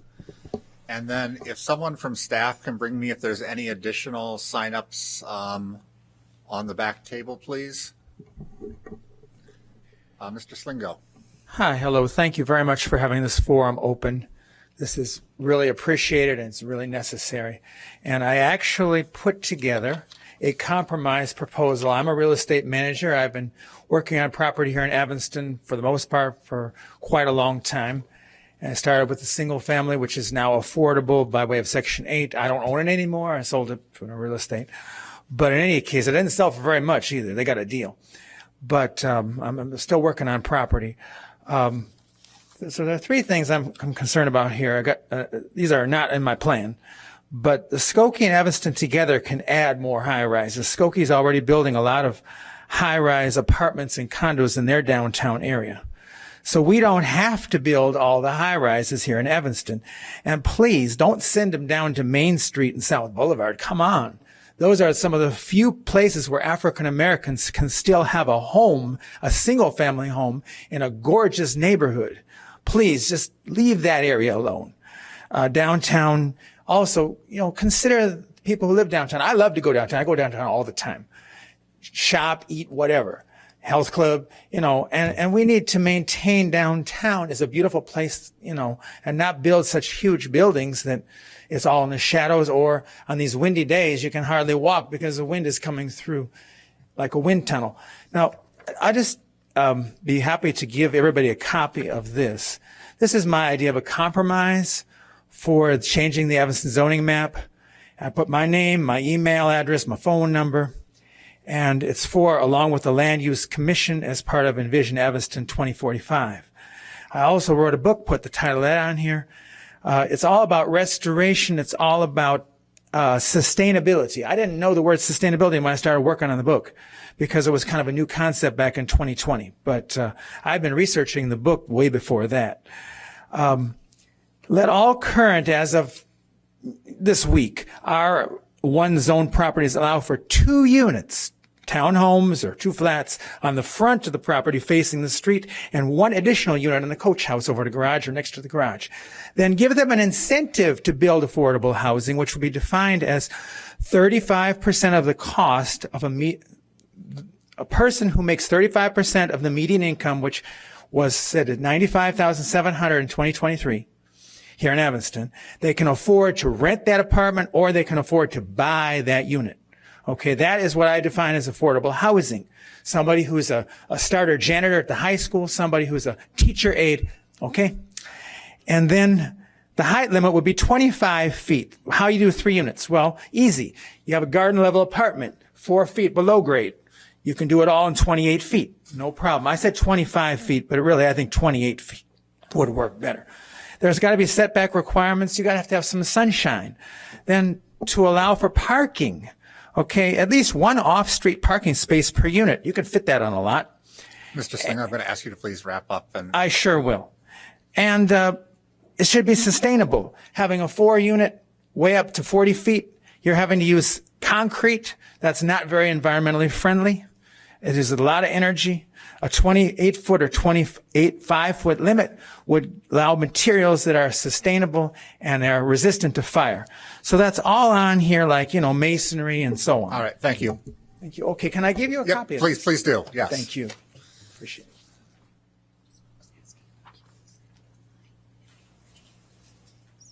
That was my first group of names that I got.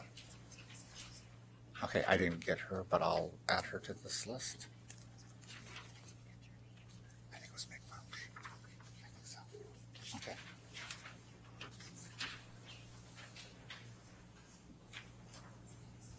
Okay. My next speaker I have up is Ray Friedman. Is Mr. Friedman here, followed by Sheila Sullivan and Mary Rosinski. Mr. Friedman in the room. Do we have an overflow room happening that I'm waiting for people to come down from? Ms. Rosinski?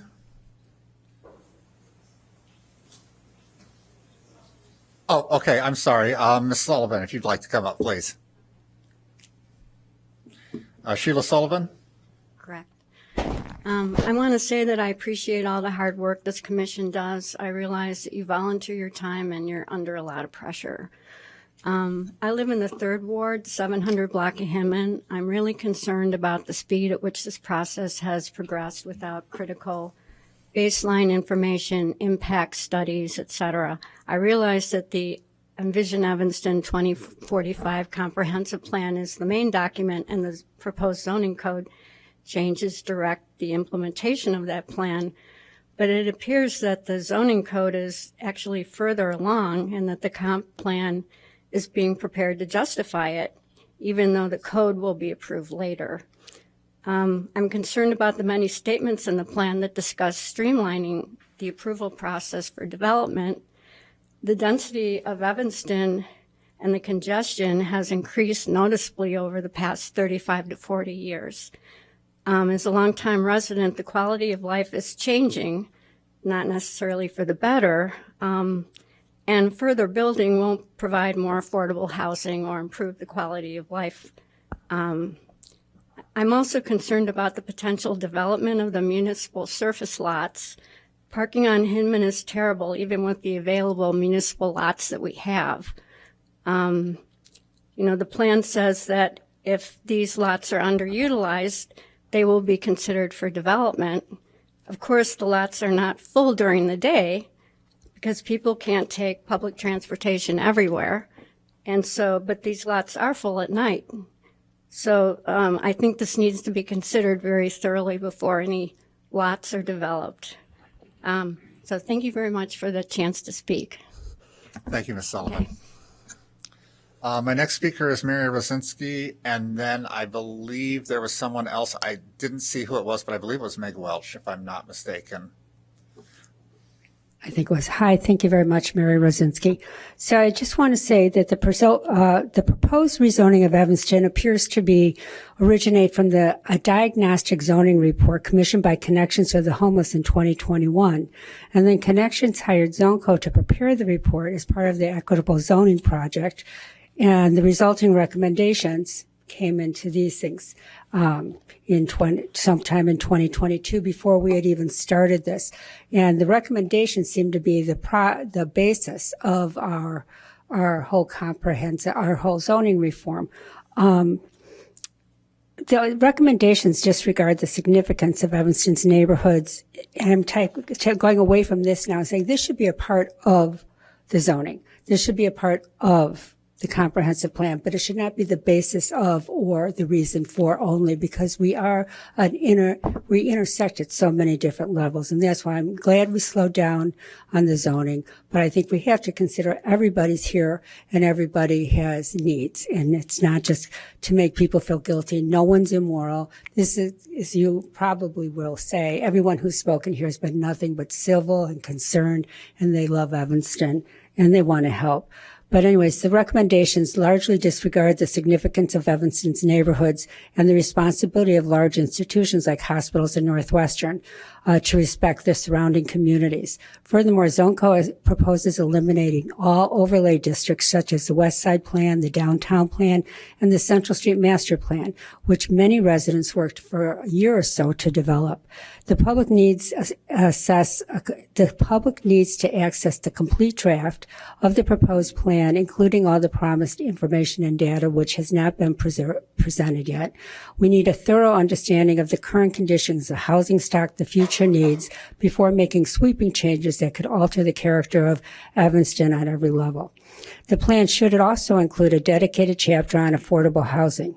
We have local experts such as Alpha Cano who have generously offered their assistance, and I would suggest that we create a working committee to include them.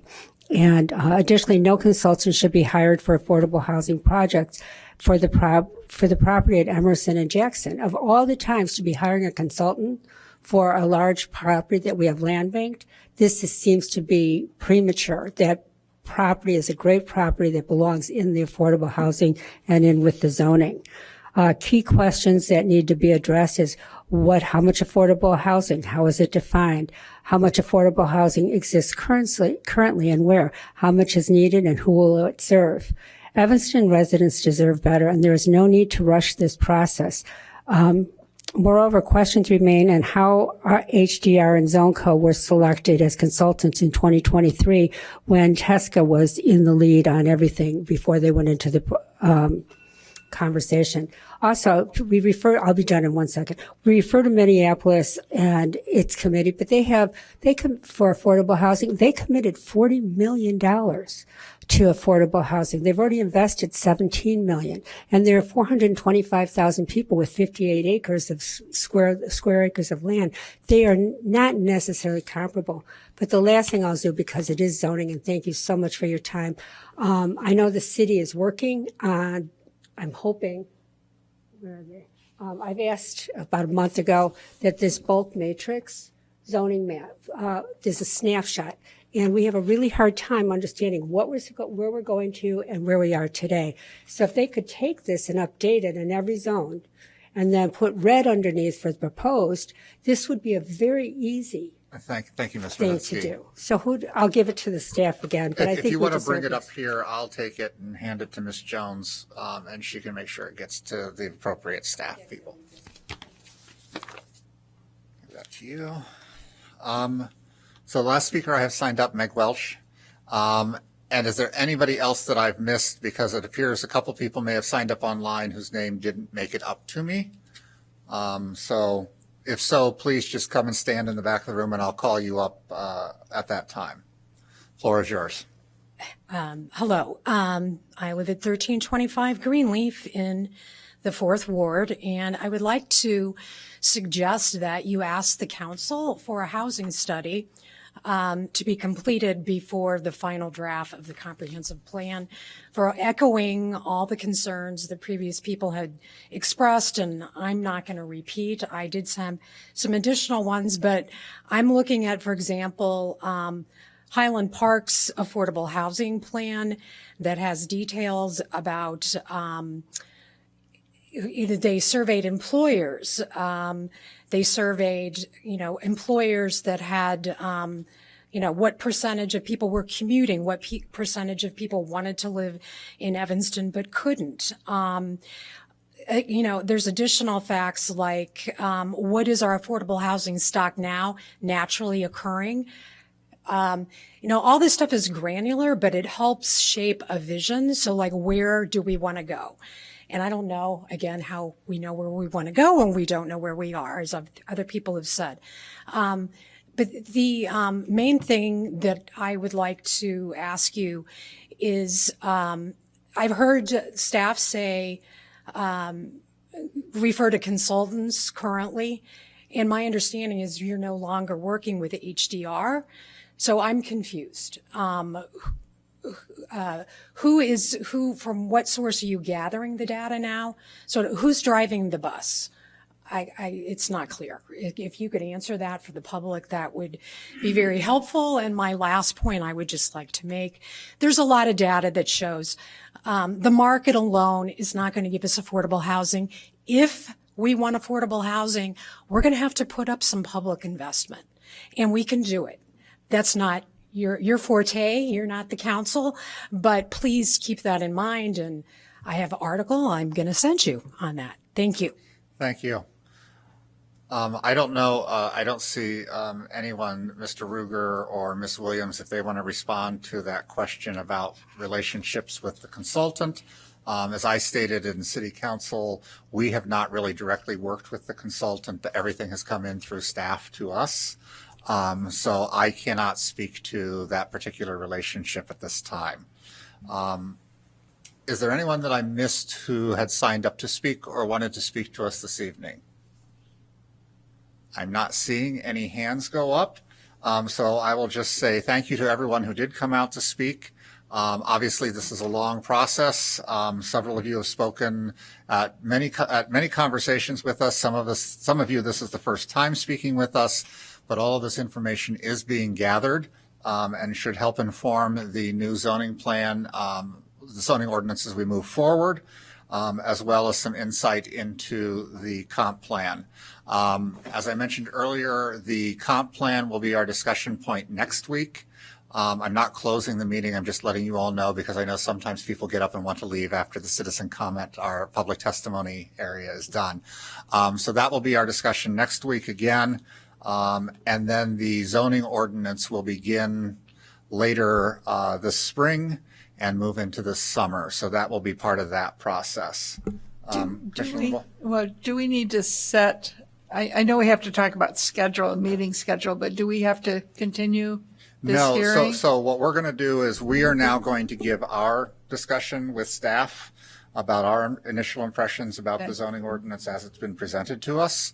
But before we do that, once again, if you were here last week, you know our dinner did not arrive until we were halfway through the process, and that happened to us again this week. So I'm going to take a 10-minute recess before we ask staff to come in and engage with us on the conversation on our thoughts on the zoning ordinance as it's been written. So we will stand in recess until, let's say 8:10. That's actually 13 minutes. Thank you, everyone, again. All right. Thank you, everyone, for giving us a little dinner break. We're going to go back on the record now. And as I said, this portion of the meeting will be for the land use commissioners to discuss their overarching views on the zoning ordinance. It's been released in 3 separate parts, the most recent being December 31st. But we should have all the chapters now of the zoning ordinance are up and available on Envision Evanston 2024, so people at home can follow along. But again, just we're wanting to kind of give general impressions to staff, so when this project comes back to the Land Use Commission at a future date, there's some input as to issues that the commissioners feel are great additions, things that they feel are issues that need further thought, and such. So this will be just kind of a discussion, so I'm going to kind of let people just kind of speak a little more freely than rather me calling on everybody all the time. Commissioner Lindwall looks like she's hitting her microphone first, so I'll start with her. Thank you. I have really kind of, four pieces of information that I think are going to be really helpful when we, get back and re-begin this process for the zoning part.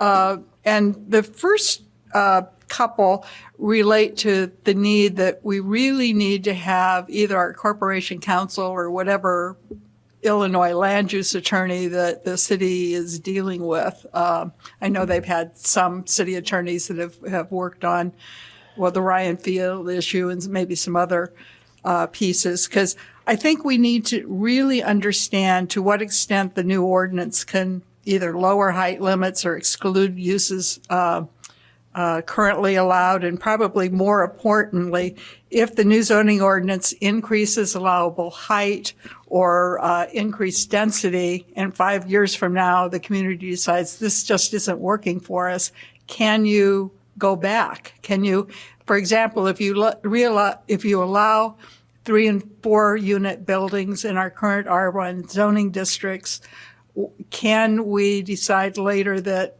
that's not working and we're not getting the kind of development that we're looking for, and can you rescind that process without violating people's property rights, the developers who bought the houses to build something new? And I think we really need to understand what the legal implications of doing that are. And similarly, there are pretty substantial changes to the standards for approving map and text amendments, the plan development, special uses, and major variations from what's in our code now. That when we're hearing a case and we're doing our deliberations, we go through and apply those standards to the proposal.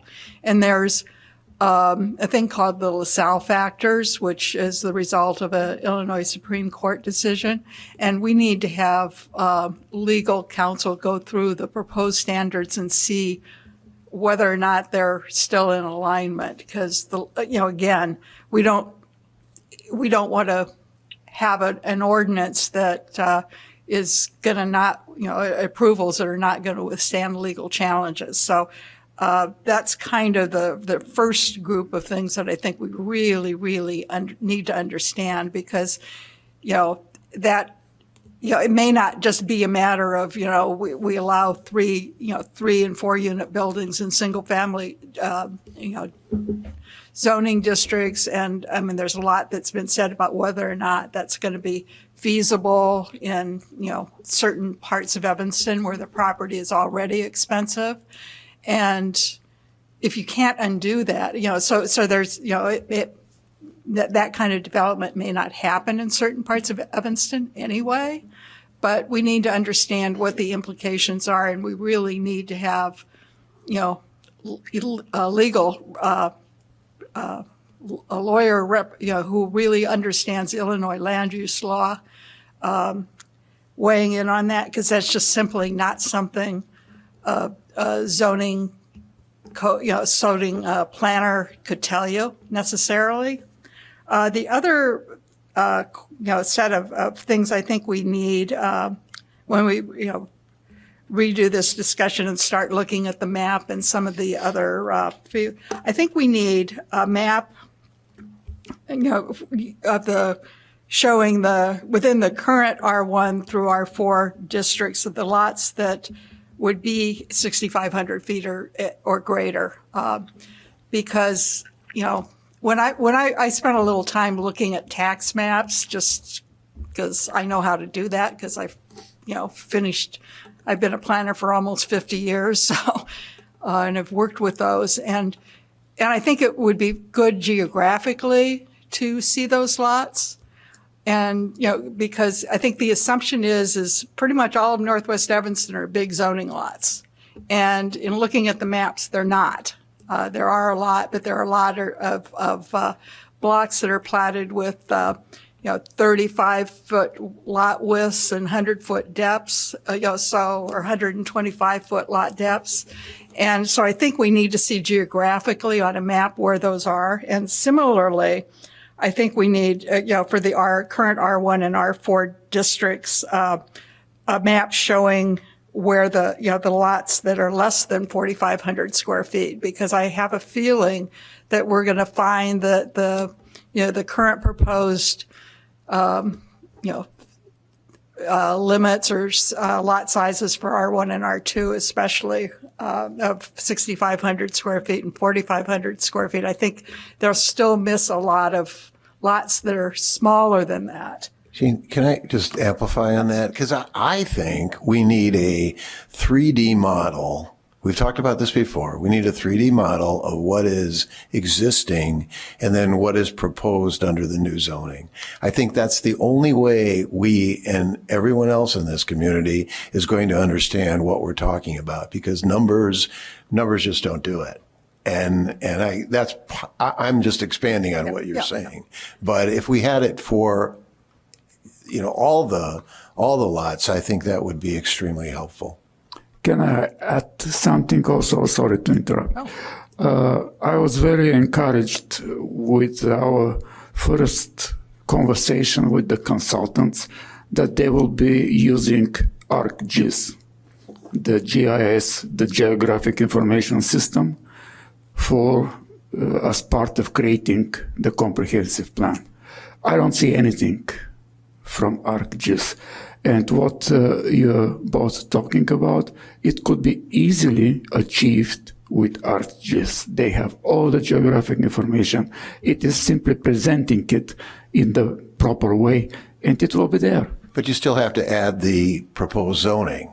That's correct. Yes, but you'll have the basis to work with. Right. And and frankly, along the lines, at least the maps that we're doing, I think they can probably do it with the current Cook County tax maps. It's not 3D, but you certainly can get lot sizes off of that. And then my final thing that I think we really need to understand is, our residential parking demand for various kinds of units. Because right now, one of the goals of redoing the zoning ordinance is to make it simpler, easier to administer and understand. And right now, the draft really kind of shows what might happen if we eliminate minimum parking standards. And basically, every new development would have to essentially do some sort of a traffic, study that demonstrates how many parking spaces are anticipated. And I think that's going to be, that just makes it more discretionary than it is now.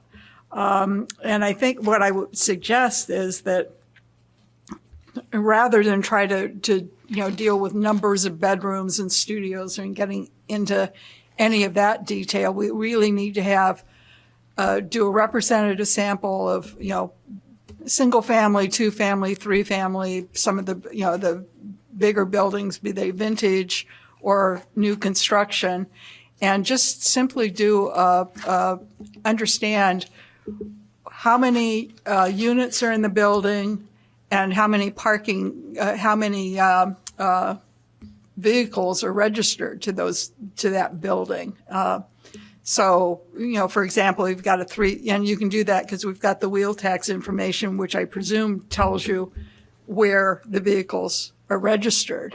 And I think that it's, when you're picking your sample, I think it's really important to understand where I picked some units, some buildings that are in TOD areas, so that we can understand whether or not, the TOD idea is really reducing the number of cars that are in town. So I think that's, we need to see if there's actually a difference with buildings that are within a quarter mile of a transit station or in or around the downtown, whether or not we need to have some specific data on. Can I add a thought to that too on the parking? This is going to seem obvious, but it occurred to me that the trend lately has been to reduce, based on evidence, based on actual buildings that have been built, that they're not using all their parking spaces. And it occurred to me that, well, that's probably because all these new buildings that have been built are primarily studios and one bedrooms. And those are primarily, I think, being used by younger people. And so those young people, either economically or just because they don't need it, are they have other means of transportation, Uber and such. That's why those buildings tell us that, well, we don't need as much parking. But if those buildings were 3 bedrooms and 2 bedrooms, I think we would see a whole lot of different need for parking because those are primarily families. And so we're trying to get 3 and 2 bedroom units into the city, and hopefully we will. But that's where we're going to need the parking, I think, to eliminate parking across the board. Just because, we've seen that trend, it to me is not seeing it correctly. Yeah, and along those same lines, I think it would be important I know there are developers proposing all sorts of buildings in Evanston, and I think it would be really useful to have a conversation with them and ask, why they're not proposing 2 and 3 bedroom units, just anecdotally, so we have that. Because one of the thoughts I had, and I have no idea if this would work, but right now for the multifamily buildings, there's a scale. So you need less parking for a studio or a 1 bedroom and more parking for 2 and 3 bedrooms. And the question is, if we were to say, you've got to have, 1 unit per every, 1 parking space for every unit, or, would that help to incentivize 2 and 3 bedroom units? Because you wouldn't have to, because one of the problem is, people are trying to, if you've got a site, and you've got to provide certain amount of parking per unit, you're going to pick the unit mix that requires less parking, I would think. I got a couple thoughts I'd like to share. First, to your point about the 2 and 3 bedroom units, one of the reasons why developers kind of shy away from concentrating their design around 2 and 3 bedrooms is because the rental rate that they can achieve per square foot on those units are lower than the 1 studios and 1 bedroom units. And when you're constricted, and I'm not saying developers are constricted, but there are rules that they have to follow. So that's in fact a constriction. The affordable housing requirement, and as you said, the parking requirement. So the design typology shifts. And if you have setback requirements or, building setback requirements and things, it just changes the design in a way where they just go and do what they can do.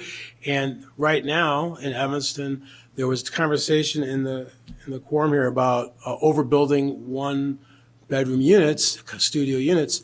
And I don't think developers have reached that saturation point because they're having no problem getting capital and the lenders are having no problem lending and the buildings are currently filling. So it is true at some point that we're going to tip over and have softness in that space, but it's not a current concern, I think, for the developers, at least the people that I talk to that I know. On a second thing, what I really wanted to focus on my comments around the R1 through R4 code changes that are suggested here.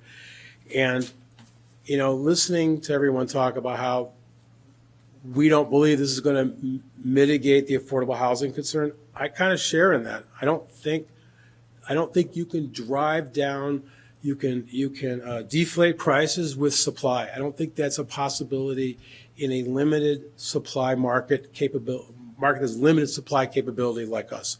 It's not like we're like out in Lake in the Hills where there's a farm out there that you can throw up 1,200 units and drive things, you know, get some affordable. So you're stuck with limited supply land, driving the base price of land up. And I believe that in order to achieve affordable housing, the zoning ordinance is not going to accomplish that.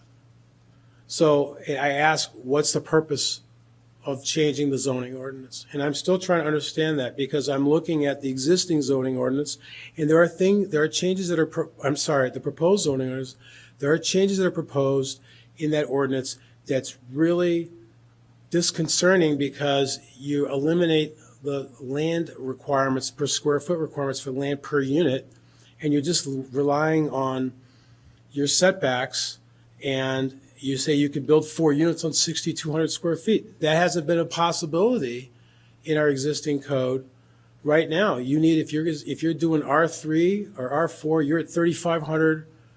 R3 is 3,500 per unit. R5 is 800 per unit after the first 4 units.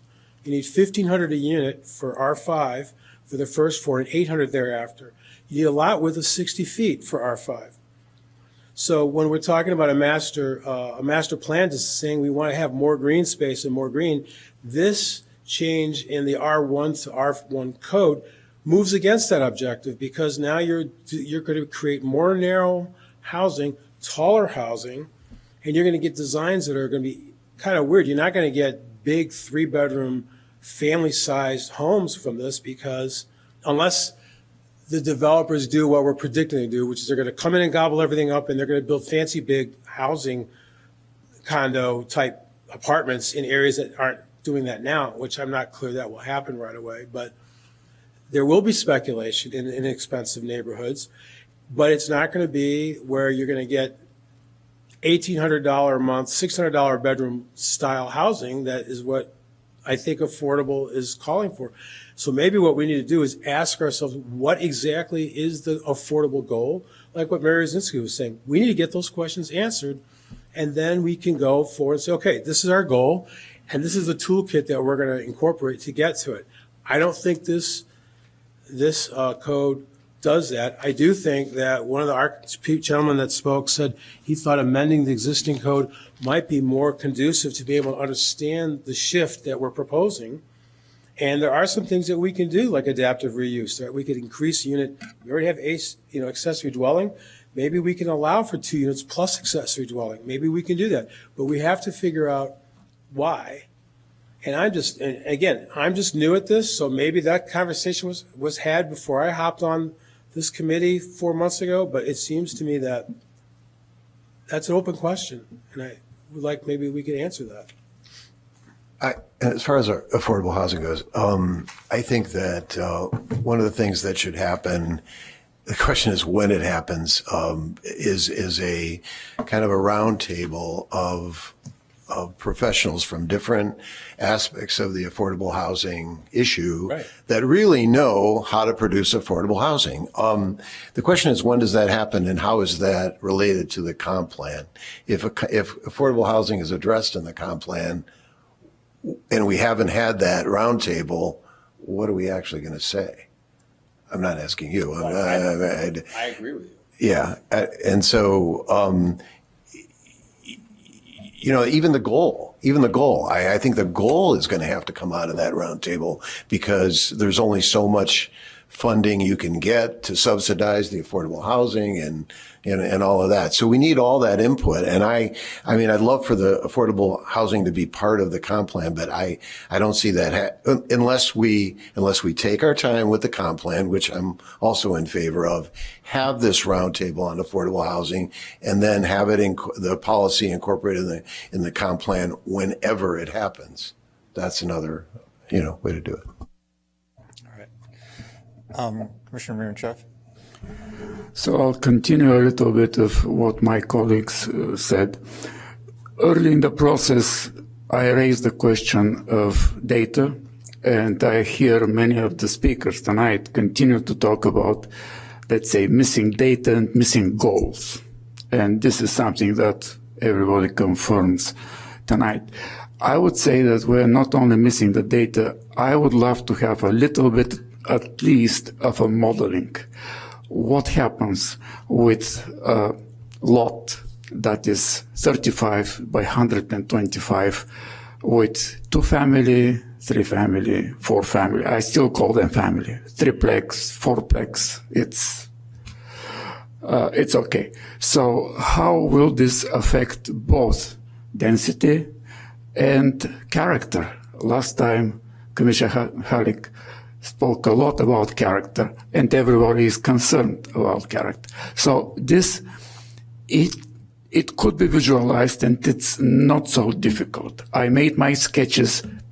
I didn't like many of these things, but probably consultant or whatever, I'll be happy to help if needed with something like that, so that we can better understand what happens here and there if we apply the new zoning. And then I'll continue this with the zoning ordinance. Frankly, I tried to go through the zoning ordinance and prepare myself for tonight with some very, very concrete things in the ordinance. I was able just to finish with the definitions and a little bit of the 2 residential zonings, R1, R2. Believe me, it's a tedious work. It is a very, very big job to create it, and another big job to review it and to ask for changes or for whatever. So my impression of the things that I was able to go through, it's good that there is a goal to make it smaller and, let's say, easier to understand. That's great. To reduce the bulk of definitions and of texts in the zoning ordinance, that's great. Simply because, everybody would like to read less but understand more. So that's great.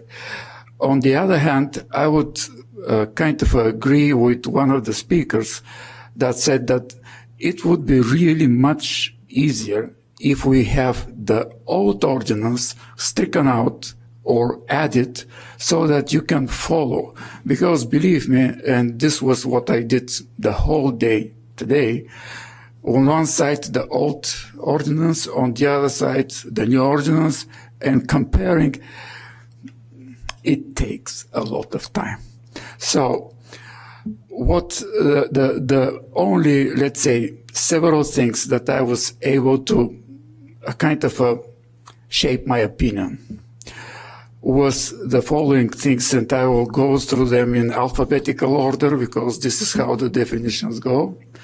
So the things that I found, for me, not enough precise, I would call it this way. First, building height is missing in the definitions. And I will connect this with everything some of our speakers said and my colleagues.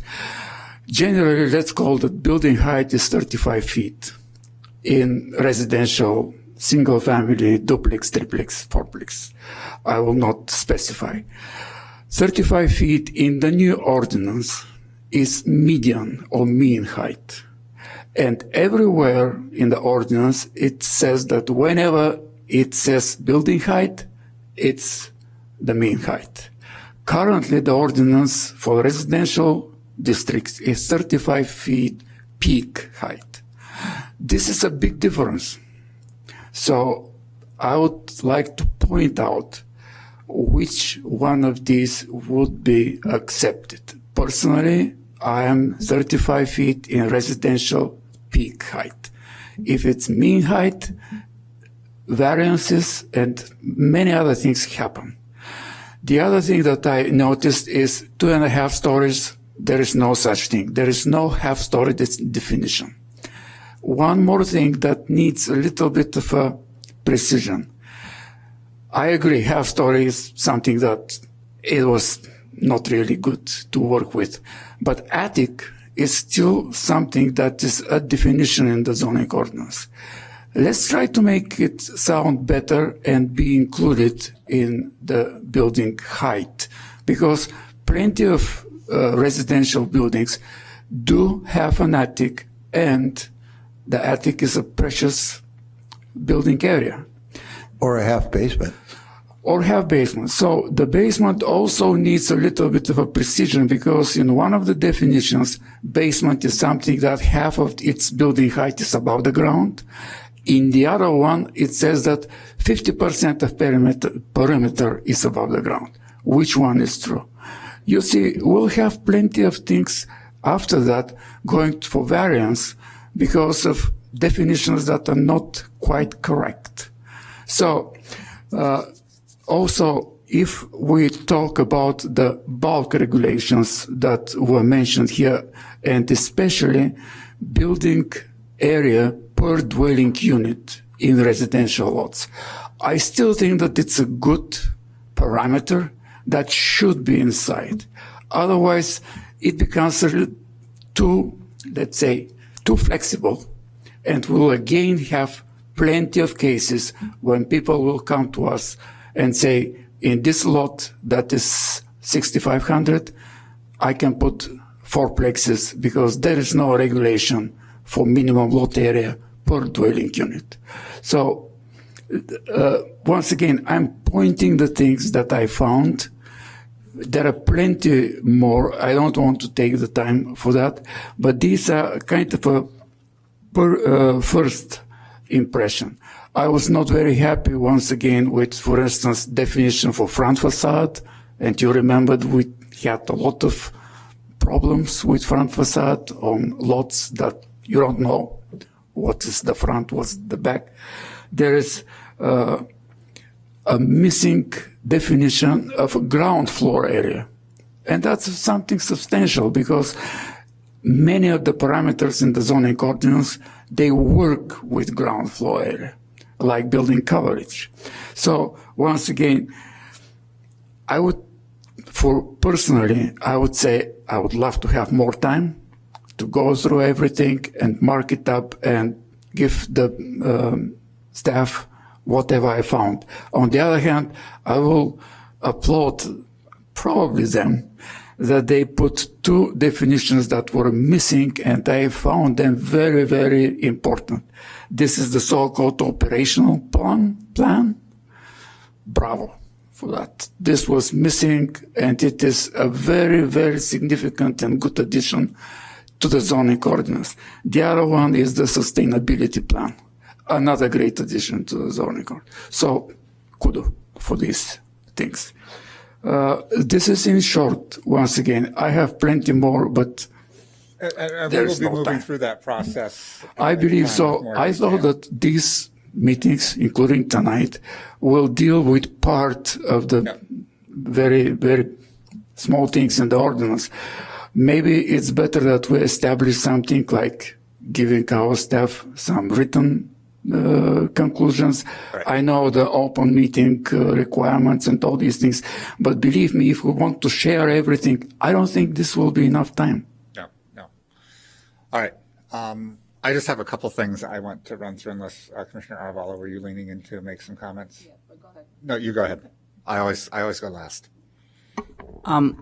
So when we first started going through this process, I asked that very same question.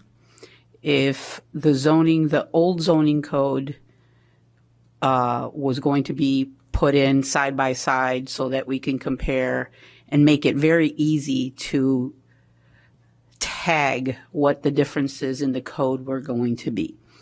And I was shut down, said no, that it was going to be a whole new code. So we shouldn't even look at the old code. We should just be looking at the new code. That's what I was told first go around. That was my first question. It seems like the original question that I had is what everybody's bringing forward to be able to compare. Now, I know Commissioner Halleck was thinking of like a 3D model of what Evanston looks like, just to be able to get the visual of what the building heights and the changes respectively are going to become. You could also, this is a suggestion, you could also do a flat picture of streetwise and pick a street in a district that is single family homes and, you know, the row of houses that are this level right now in an existing photo, and overlay a line going all the way through saying this is the difference between here and here. This is how much it would grow visually without.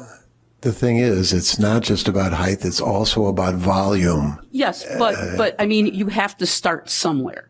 And visually, people are looking at how much sun am I going to lose immediately. That's the first thing that comes to mind. So yes, volume is, but that's towards the back. If you make it very easily, something very visual, just all these houses, these are all single family homes that are, like, Commissioner, was saying before, it's 35 is the height. Okay. That's what it is right now. What's the new planned height for this district? This is now the new height. So now everybody has, including the residents, everybody can know exactly, how much sunlight they're going to be losing with the new buildings. It's just a thought. I have to say though, and I don't know if you've seen one of our residents has done massing studies of the R district changes. And when you do calculate all the things that are in the new zoning, it has a significant, like 3 times the volume of a single family home. Current single family home can be built on that same lot. 3 times the volume. So when you look at it and you try to perceive that, and the 3D model, which does show that he did, it's astounding. And it's because it's not just a height issue at all. It's a volume. It's a setback. It's a coverage. It's all those things that you do perceive when you're in a real life situation. Yeah. One other thought about what you just said about the volume, and that is if you do not have per unit land requirements, then you're basically inviting the developer to go, setback to setback. You're just going to have big boxes going straight up that have no architectural aesthetic that's kind of like in line with the community itself, and it will change the face. It could change the face of a neighborhood if you have, 5 or 6 of these big buildings that are just massive residential spaces that are just taking up all the air and have very little green space. You only got a few foot, 3 or 5 foot? I think it's 5 foot setback requirement on the side lots. So, on 6,200 feet, that's a big box that you can go up 30 feet with. So, I don't know. I think we need to be. That's kind of the reason why I'm asking. Why are we ignoring some of the good attributes in our existing code? Like, I think that's a good attribute having. Well, again, it's this comparing, to be able to compare. Right. We have floor area ratios for building versus lot coverage, that, when we hear a case, they have to calculate how much floor area ratio you're going to have in whatever new building or new construction you're going to have. And, if you're able to understand that as well, and a lot of people don't, this is. It's really, we may understand, you may understand FAR and what it means and all that and beyond, but the average person does not. These citizens do not I can tell you, they do not know. Most people, you'd say, well, what's FAR? They have no idea what FAR is. But so it's very important, I think, to show visually. It's just like an architect. An architect can draw a plan and people look at it and say, glaze over and say, well, I don't know what that's going to really look like. The best representation is a model. And that's what I'm asking for, a model. 100%. I agree with you. I think the part of the reason why FAR is not discussed in the R code is because you have significant setbacks. You have 27 feet of setback. So you focus, that's why they were previously focusing on, per unit, land per unit. And now we're focusing just strictly on see what you can squeeze into this smaller space and do what you will do. Whereas the FAR is more applicable to the B, C zone properties. And I think that those folks who are either building those or who own those kind of may have some broader understanding of FAR. But I'll just say, in the R4 district, we do convert to FAR. So, no. In the proposed R4, we jump from setbacks and. Right. But I'm going to go now, since I've let everybody else kind of talk for a little bit. And I'll just say what I said, leaning into that a little bit, I said early on, is I really feel, I know that we're not fans of adding additional residential districts, but I really think that needs to be looked at. The R1 through R3 all seem to be somewhat kissing cousins to each other. And then we have this R4 that just kind of becomes a giant catch-all for every other type of residential that doesn't have a mixed use component to it. So I would encourage further exploration of fitting in maybe one more R district to have some transition from something that is a 4 flat to something that really can be just about anything that you can build within that height and FAR. So that would be one of my first things. Secondly, I've heard a lot of the discussion about building models. That takes time, and I understand that. I think one of the things that we could do that would be a much quicker, more immediate thing is we have this interactive map. And I was very disappointed that I couldn't find out what the codes meant on the map. So I would love to see something on that maybe where it just lists the basic height, setbacks, those sorts of things. So it really does become much more of a comparative tool rather than just saying you're R3 now, you're going to be M1 later. And then I have to go find out what M1 means and I have to go find out what R3 means because I don't know those things as an average citizen. So I think that would help a lot as a first step. I'm not saying don't do a model, but I'm saying that's an easy first step to get you going. But relative to that, going back and like you said, well, you can find what a C1 was or an R4 was currently, but it would be so much easier for people if it was laid out. And I know I asked for this a long time ago, to have some sort of in one place comparison of what R1 used to be, what R1 is now, and down the list of setbacks, height, area, block coverage, all that, Yeah, I'm just saying, I think this is just, that's a low hanging fruit for me to get that going. Secondly, I'm going to get a little specific, which is breaking my own rules for a second. But since I'm the one who has to go through standards, I'd really look at the standards. In particular, special use on page 40, which I don't think these pages are necessarily contiguously numbered. but in that section, there is, in special use, there's category C. The proposed use expands the tax base and supports economic development. We will have things that will come through that will not support our tax base. And so I think that maybe needs to be reworded a little bit, because we do have not-for-profits who will not expand our tax base. And I don't think the plan is to make them not meet a standard. Similarly, on page 37, which is the major variations, there's E, which talks about the variation will result in public benefits to the surrounding neighborhood and the city as a whole. I don't know that really adding a sunroom on for me, which might be one of the variations that would come, is going to benefit the entire neighborhood.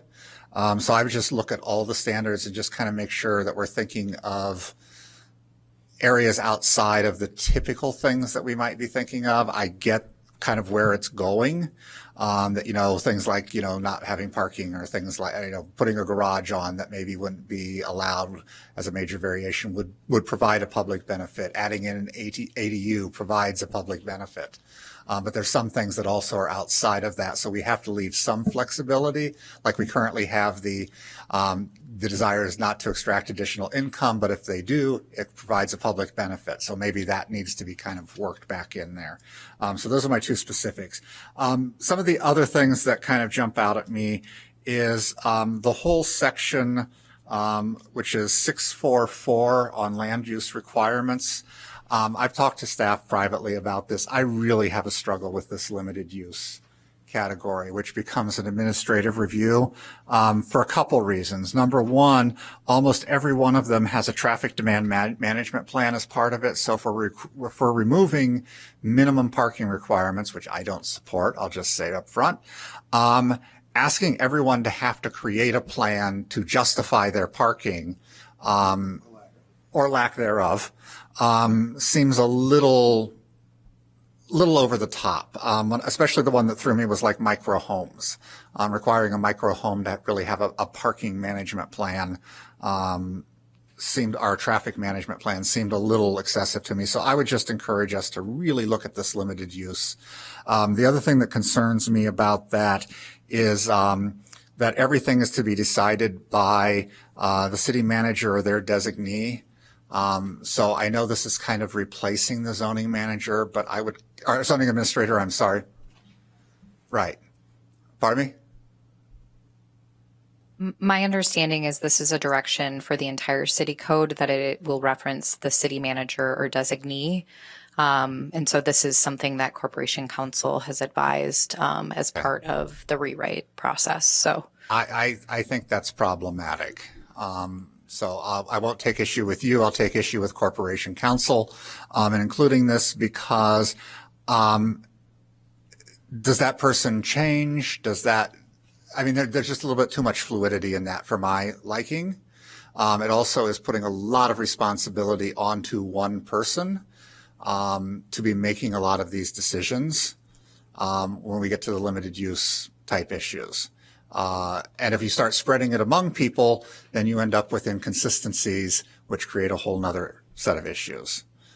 So I don't know if I'm making myself clear, because you're kind of giving me a look like I'm not sure I understand you. No, you're totally clear. Okay. I understand the concern. Right. I will defer to whatever the direction is of the city. So I would just ask Corporation Counsel, who's not here tonight, that maybe there's a different way of handling that, or a better way of handling that.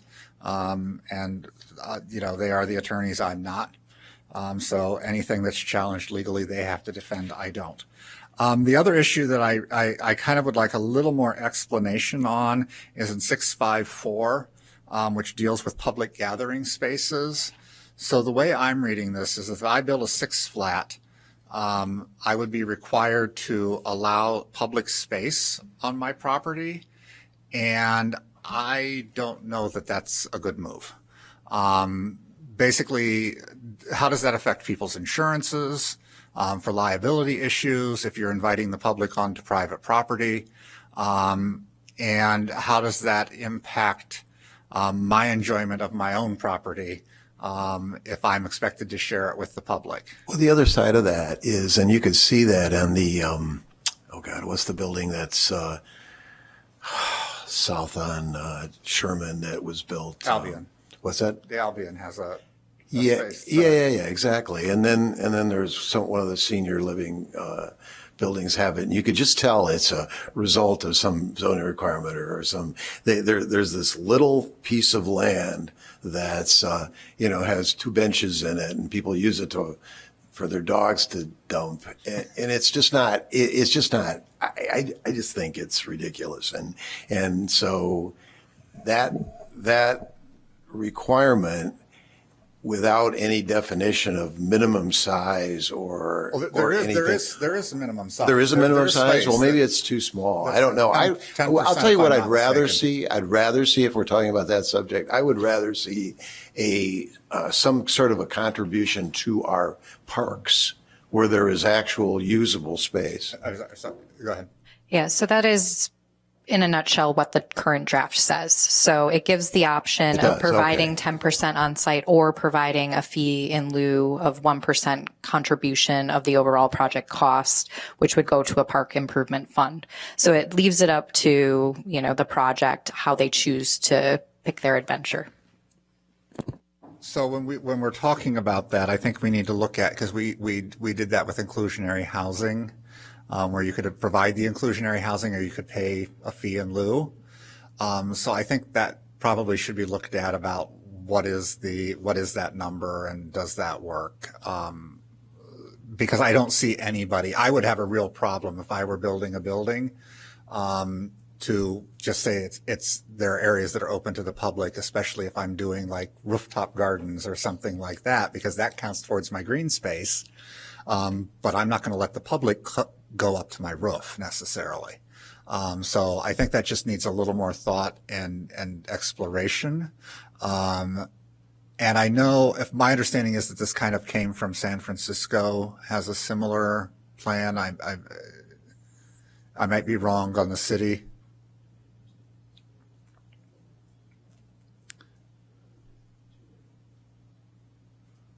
Excuse me, Uri Proctor, senior housing planner. San Francisco has a program that has, its shorthand is POPOs, privately owned public open spaces. And there's a variety there. They're not the only ones that have that. And there's a fee in lieu also that can be applied. Because I would just say that, in the time I've spent in San Francisco, there is very little green space. You can walk for blocks without seeing any lawns at all. So I think it's a very different situation. Whereas if we make the commitment that we've talked about in our comp plan of expanding our parks and trying to improve those, to me that seems like a more logical thing to be doing. And maybe that's what the fee in lieu is. The city is secretly kind of hoping that people will just give money for the parks. I don't know, but it's something that I think needs to be dug into a little more, and looking at legal issues around that and everything. I'll interrupt and then you keep going, but on the same kind of idea, the impact fee, I'm not sure we have impact fees for anything else, really, other than maybe the inclusionary housing, or used to have the payment in lieu, and I guess it still kind of does. But if we're not a city that's ever imposed impact fees like a lot of suburban communities do, so I think that's something that needs to be discussed almost separately than from the zoning code. And I'll just kind of say in summation here, I don't have anything else really. But I mean, as part of the goal is to make this a more streamlined process and to make people kind of know what the expectations are up front. When we get into things like the limited use, where it really isn't as clear up front what the process is going to be. When we get into sustainability and some of these other plans we have, will those be codified by city council, or will those just be evolving plans that are approved by commissions and received by council, or what's the plan on that? Does anyone know? And I don't need the answer like immediately, but I think that's something that needs, again, to be looked into. Can I just ask a quick clarification? Are you speaking to plans like E-Plan, Evanston Thrives, or what are you speaking to? So when we refer to having to have a sustainability plan, and we're referring back to what is that sustainability plan that we're talking about having someone provide for us? Yeah, I think the definition in the zoning code does outline the expectations of what that plan would include, and it would be placed on file as part of the, permit application or review process. So it would be on record, and it would be like any other condition of approval that they would have to comply with it, or they would be in violation. But what is the standard they're being held against there, I guess, is the question. So is it the E-Plan? Is it,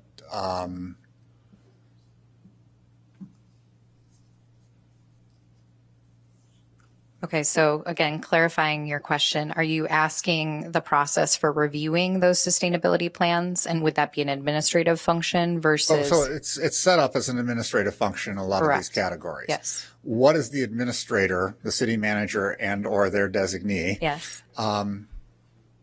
Holding as the standards as to whether or not the sustainability plan is met? And I don't need an answer right now. I think it's something that needs to be thought about. Sure.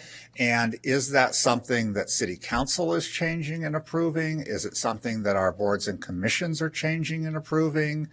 And so I don't need an answer right now. Yeah, I think it would be part of the definition, and it need to be built into the zoning ordinance. So the standards by which it's evaluated and approved should be in the zoning code. Okay, I just want to make sure that that's the case. Absolutely, yeah. Because again, having one person absolutely, you need to have that direction and clarification. On the limb of, well, how did you make these decisions? And they're all appealable. Yep. And they absolutely. are, and they will come to this commission, I'm assuming, if they are appealed. Yeah. But again, if we're going to streamline the process, we shouldn't be having everybody have to go through a process and then appeal to us ideally. Sure. So those are my general thoughts on just some of the major pinch points that I see in the plan, again, without going into real specifics on it. But I think that those are things that would be concerns moving forward. I just have one thing, and I have to admit that I have not read the entire zoning code because I thought this was delayed, and I will get into it later. So I might have some detailed comments like Commissioner Merichev did. But I did have one comment, and it came from the comments that the residents, the Hinman people, talking about Chicago Avenue, and we had the same issue come up when we were talking about the other building on Chicago Avenue that we reviewed recently, because of the adjacency and where the line of the zoning ends, and typically, or it has been, at the alley. I think it should be the street. And because if you think about it, and think about the Hinman situation, what they're saying is that our houses are an alley away from a potential 10-story building, but the across the street is next to the train, so that's a different situation. And I think you could even use that same analogy to the other Chicago Avenue building that we reviewed, that the church was complaining that, hey, there's this big building and it's blocking our sunlight and all of that. But if the line between the zoning areas was in the street, and I haven't looked at every situation, but someone mentioned granular. I think this is the kind of thing that when we draw the boundaries of the zoning districts, we need to look at it at more granularly and look at things like that. Where should the line be drawn, whether it's the street or the alley? On that particular thing, I would disagree. I think that the alley is the appropriate use because you've got commercial buildings fronting on either side. But I understand, and I didn't mention this, but part of that is how we transition. So if there is a transition zone, that has to be looked at too. But I'm thinking of these two examples of where there's a problem, and this may or may not, but it certainly needs to be looked at. Well, and there is when I also went through the zoning definitions, comparing one to the other. And there's a graphic and a definition in our current code that kind of talks about, kind of a step back for, when I think it came probably from the Central Street plan is what my guess is, and I haven't confirmed that. But, because even though it may not be single family necessarily backing up to Central Street, there's the same kind of issue. If you've got too tall a building and it is shining, or people are looking in from the upper stories into the backyards, and it has to do with the lot depths on both of those streets. So I think that that's something to kind of consider. And that was one of the definitions when I was going to not talk about definitions, but that was one of the ones that's in the current code that I'm going, that probably ought to be in our future one. So on that Hinman Avenue group of folks, I'm actually part of that group that didn't sign that petition because obviously I can't sign a petition. But the difference between the Greenleaf to Lee Street west side of Hinman Avenue compared to the west side of Hinman Avenue between Davis and Church is that on both sides of the street you have, with the exclusion of two buildings, in the Greenleaf to Lee Street, you have single-family residents on both sides of Hinman, whereas on the Hinman section, you have multi-story co-ops, condos, you have the Mather, you have the church, you have a 6-story condo building that was an apartment building, and then you have another church. So, I mean, it's not a neighborhood of houses, so it doesn't really have the same impact that Horizon development that was, I don't know if this, I think council's, they approve it, council, if they approve it? Yeah. Horizon's doing it though. Right. Right. So that development doesn't have the same impact on single family residents remotely like what it would be if you were to start building a bunch of 100-foot high buildings along. And that runs for blocks, by the way. The other thing is maybe there's a compromise to be had. Maybe you do build a little bit over there, but you build more aggressively against the tracks where, like what we have seen on the corner of Main and Chicago, where the old Evanston Bank building was. That was a 5-story building. It's now a 7-story building. I looked it up. It's 7 stories. So, maybe that area is when you're on the other side, on the west side of Chicago Avenue, you could be more aggressive because you're not harming the privacy and the sunlight of the other people that live nearby. So, and I'll just say, I think we need to avoid talking about just like Hinman, Chicago, because there's a bunch of these absolutely areas. It was just came up. That's right. So I'm with 100%. I just saying as we talk about these things. Well, I use that as an example. Right. My general point is just looking at this one. I get it. I'm just saying, let's make sure that when staff is getting the direction, it's for all of these types of areas, not just one. So look at all the areas, please. Any other general thoughts on zoning, Commissioner Lindwall?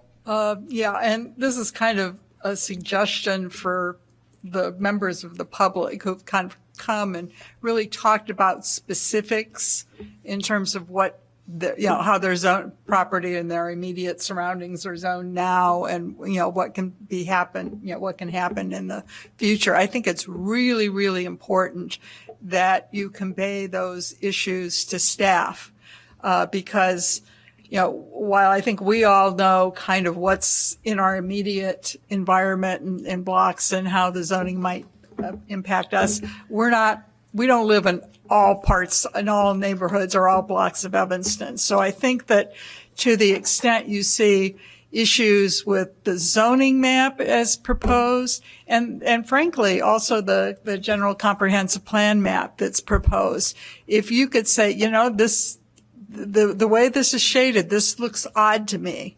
I think that would be a great service both to us and to staff as we move forward, because, it's hard to generalize and try to get the map right. And even if you were to look at because even if you look at what's allowed in each zoning district now, it's not necessarily what's there.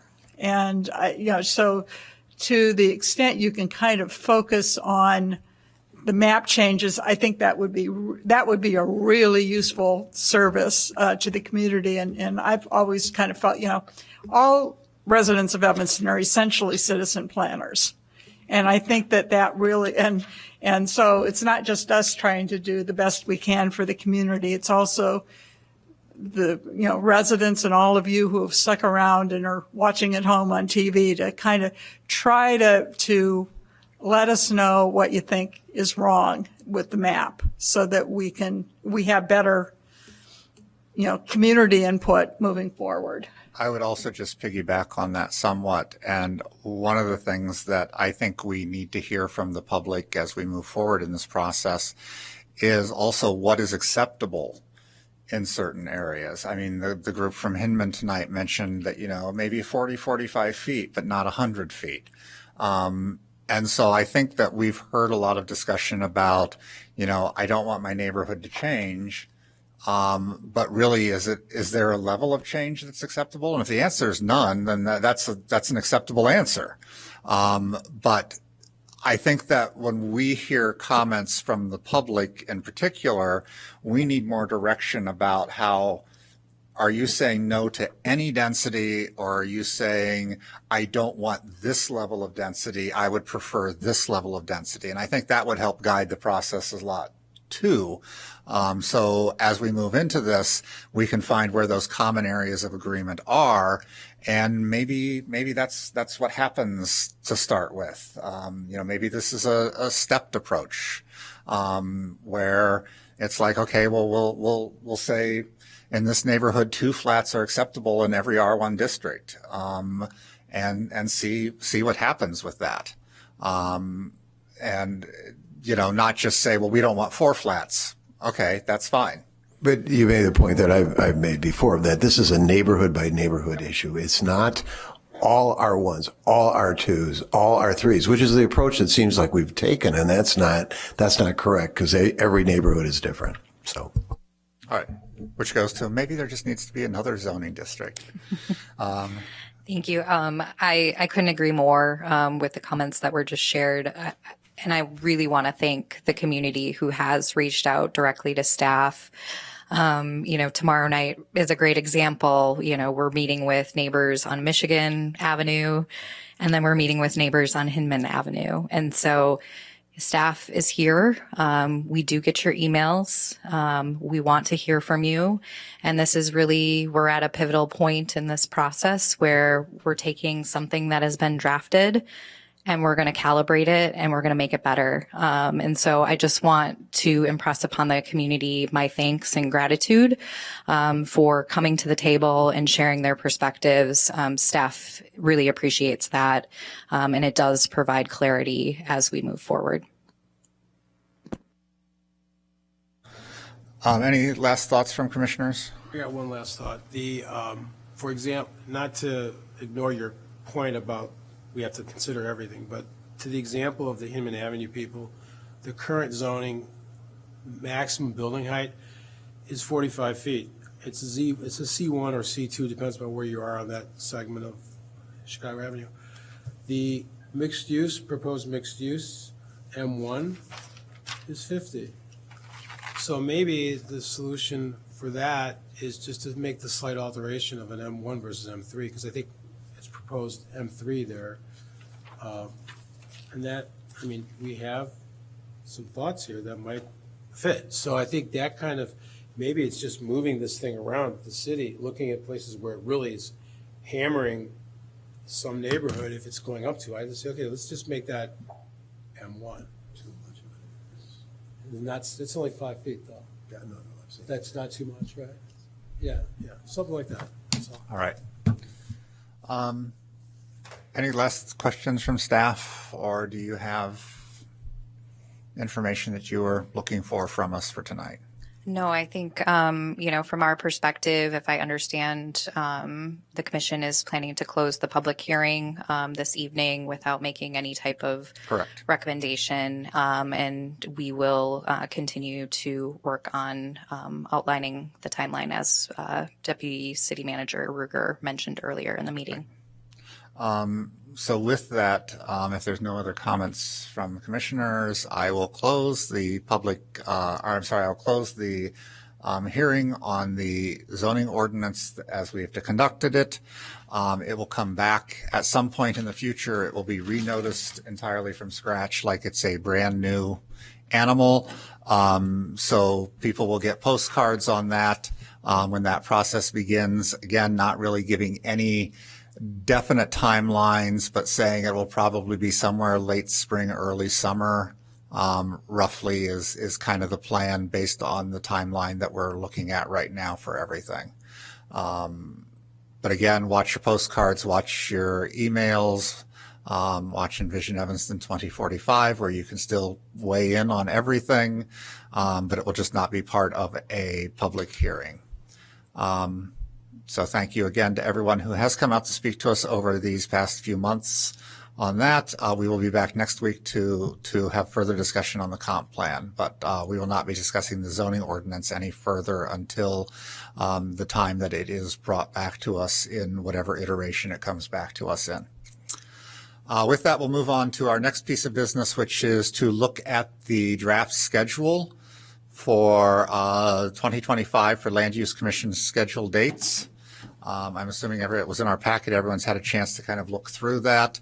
I did not check, but I'm sure that staff has looked at all of the various different holidays, Rosh Hashanah, Yom Kippur, those type of holidays, which tend to fall in the September, October range, and we're avoiding those. And I see we do have the school spring break in there as well.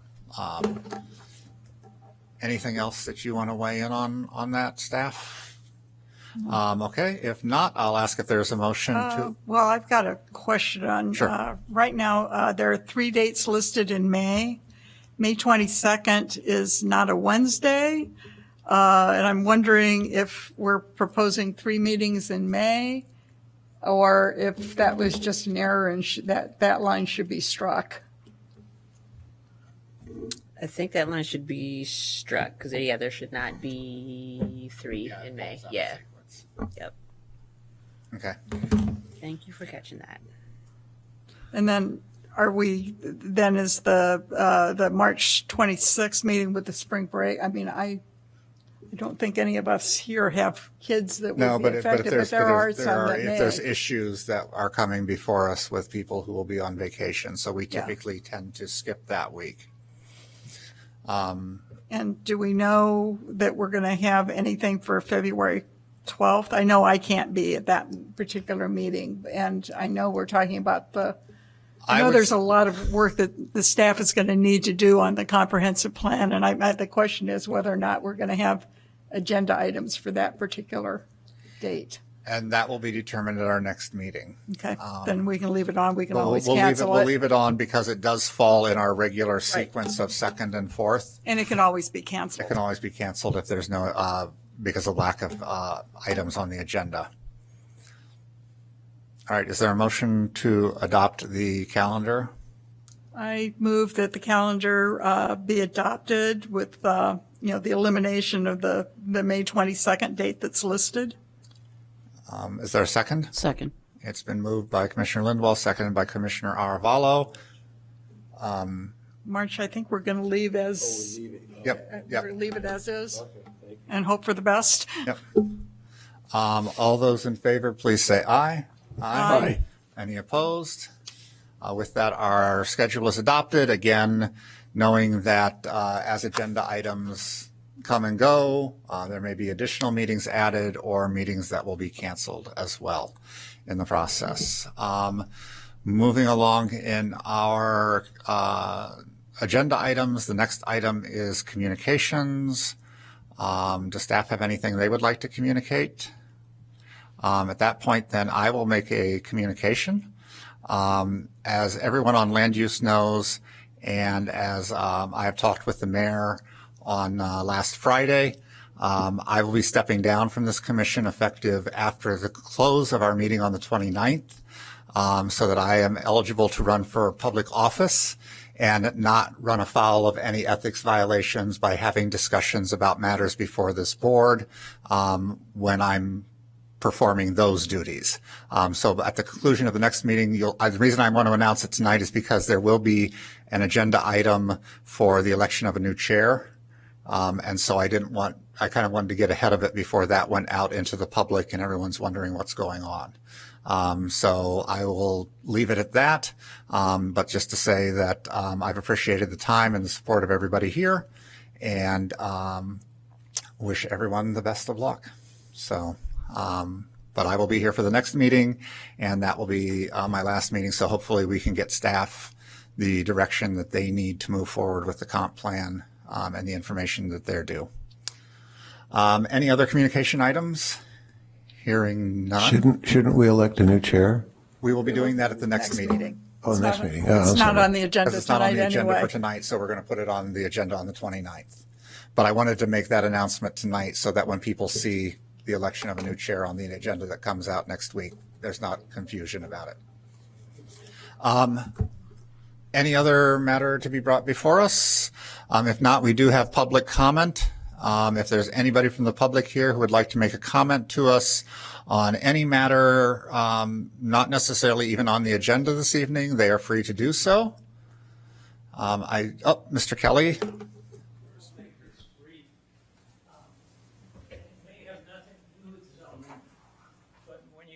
If you could come to the microphone, please. When you think about 20 years in the future, and you think about Florida, North Carolina, and Los Angeles, what are our risks? I think the only risk we have that is comparable is we have an awful lot of wooden structures. And certainly we have the history of the Chicago fire. Is there any role for safety factors like that in either the comprehensive plan or in zoning, or is this just the wrong forum? I believe that would be through our building code and the building materials that are approved and acceptable. So that's probably the most logical place for that, and I'm getting nods from staff, so I believe I'm speaking correctly. If you could come to the microphone again, just so we can. Even zoning repairs, you still everything still has to go through the building code. So anything that we approve as a commission has to meet all the current building codes and standards. Not seeing anybody else. I've got two more people who want to make quick comments. Ms. Horton, I believe it is. This is just a question either for staff or whoever else wants to answer it. I was a little confused. What is the consultancy that staff is currently working with, since you get your information from staff? What is the consultancy behind all this? What's the name of it? The primary consultant that was hired by the city is HDR Inc. And is that still in effect? Correct. We have not terminated the contract. Okay. And, all right, that's my main question. Thank you very much. Thank you, Ms. Horton. And Mr. Galloway, I saw your hand go up as well.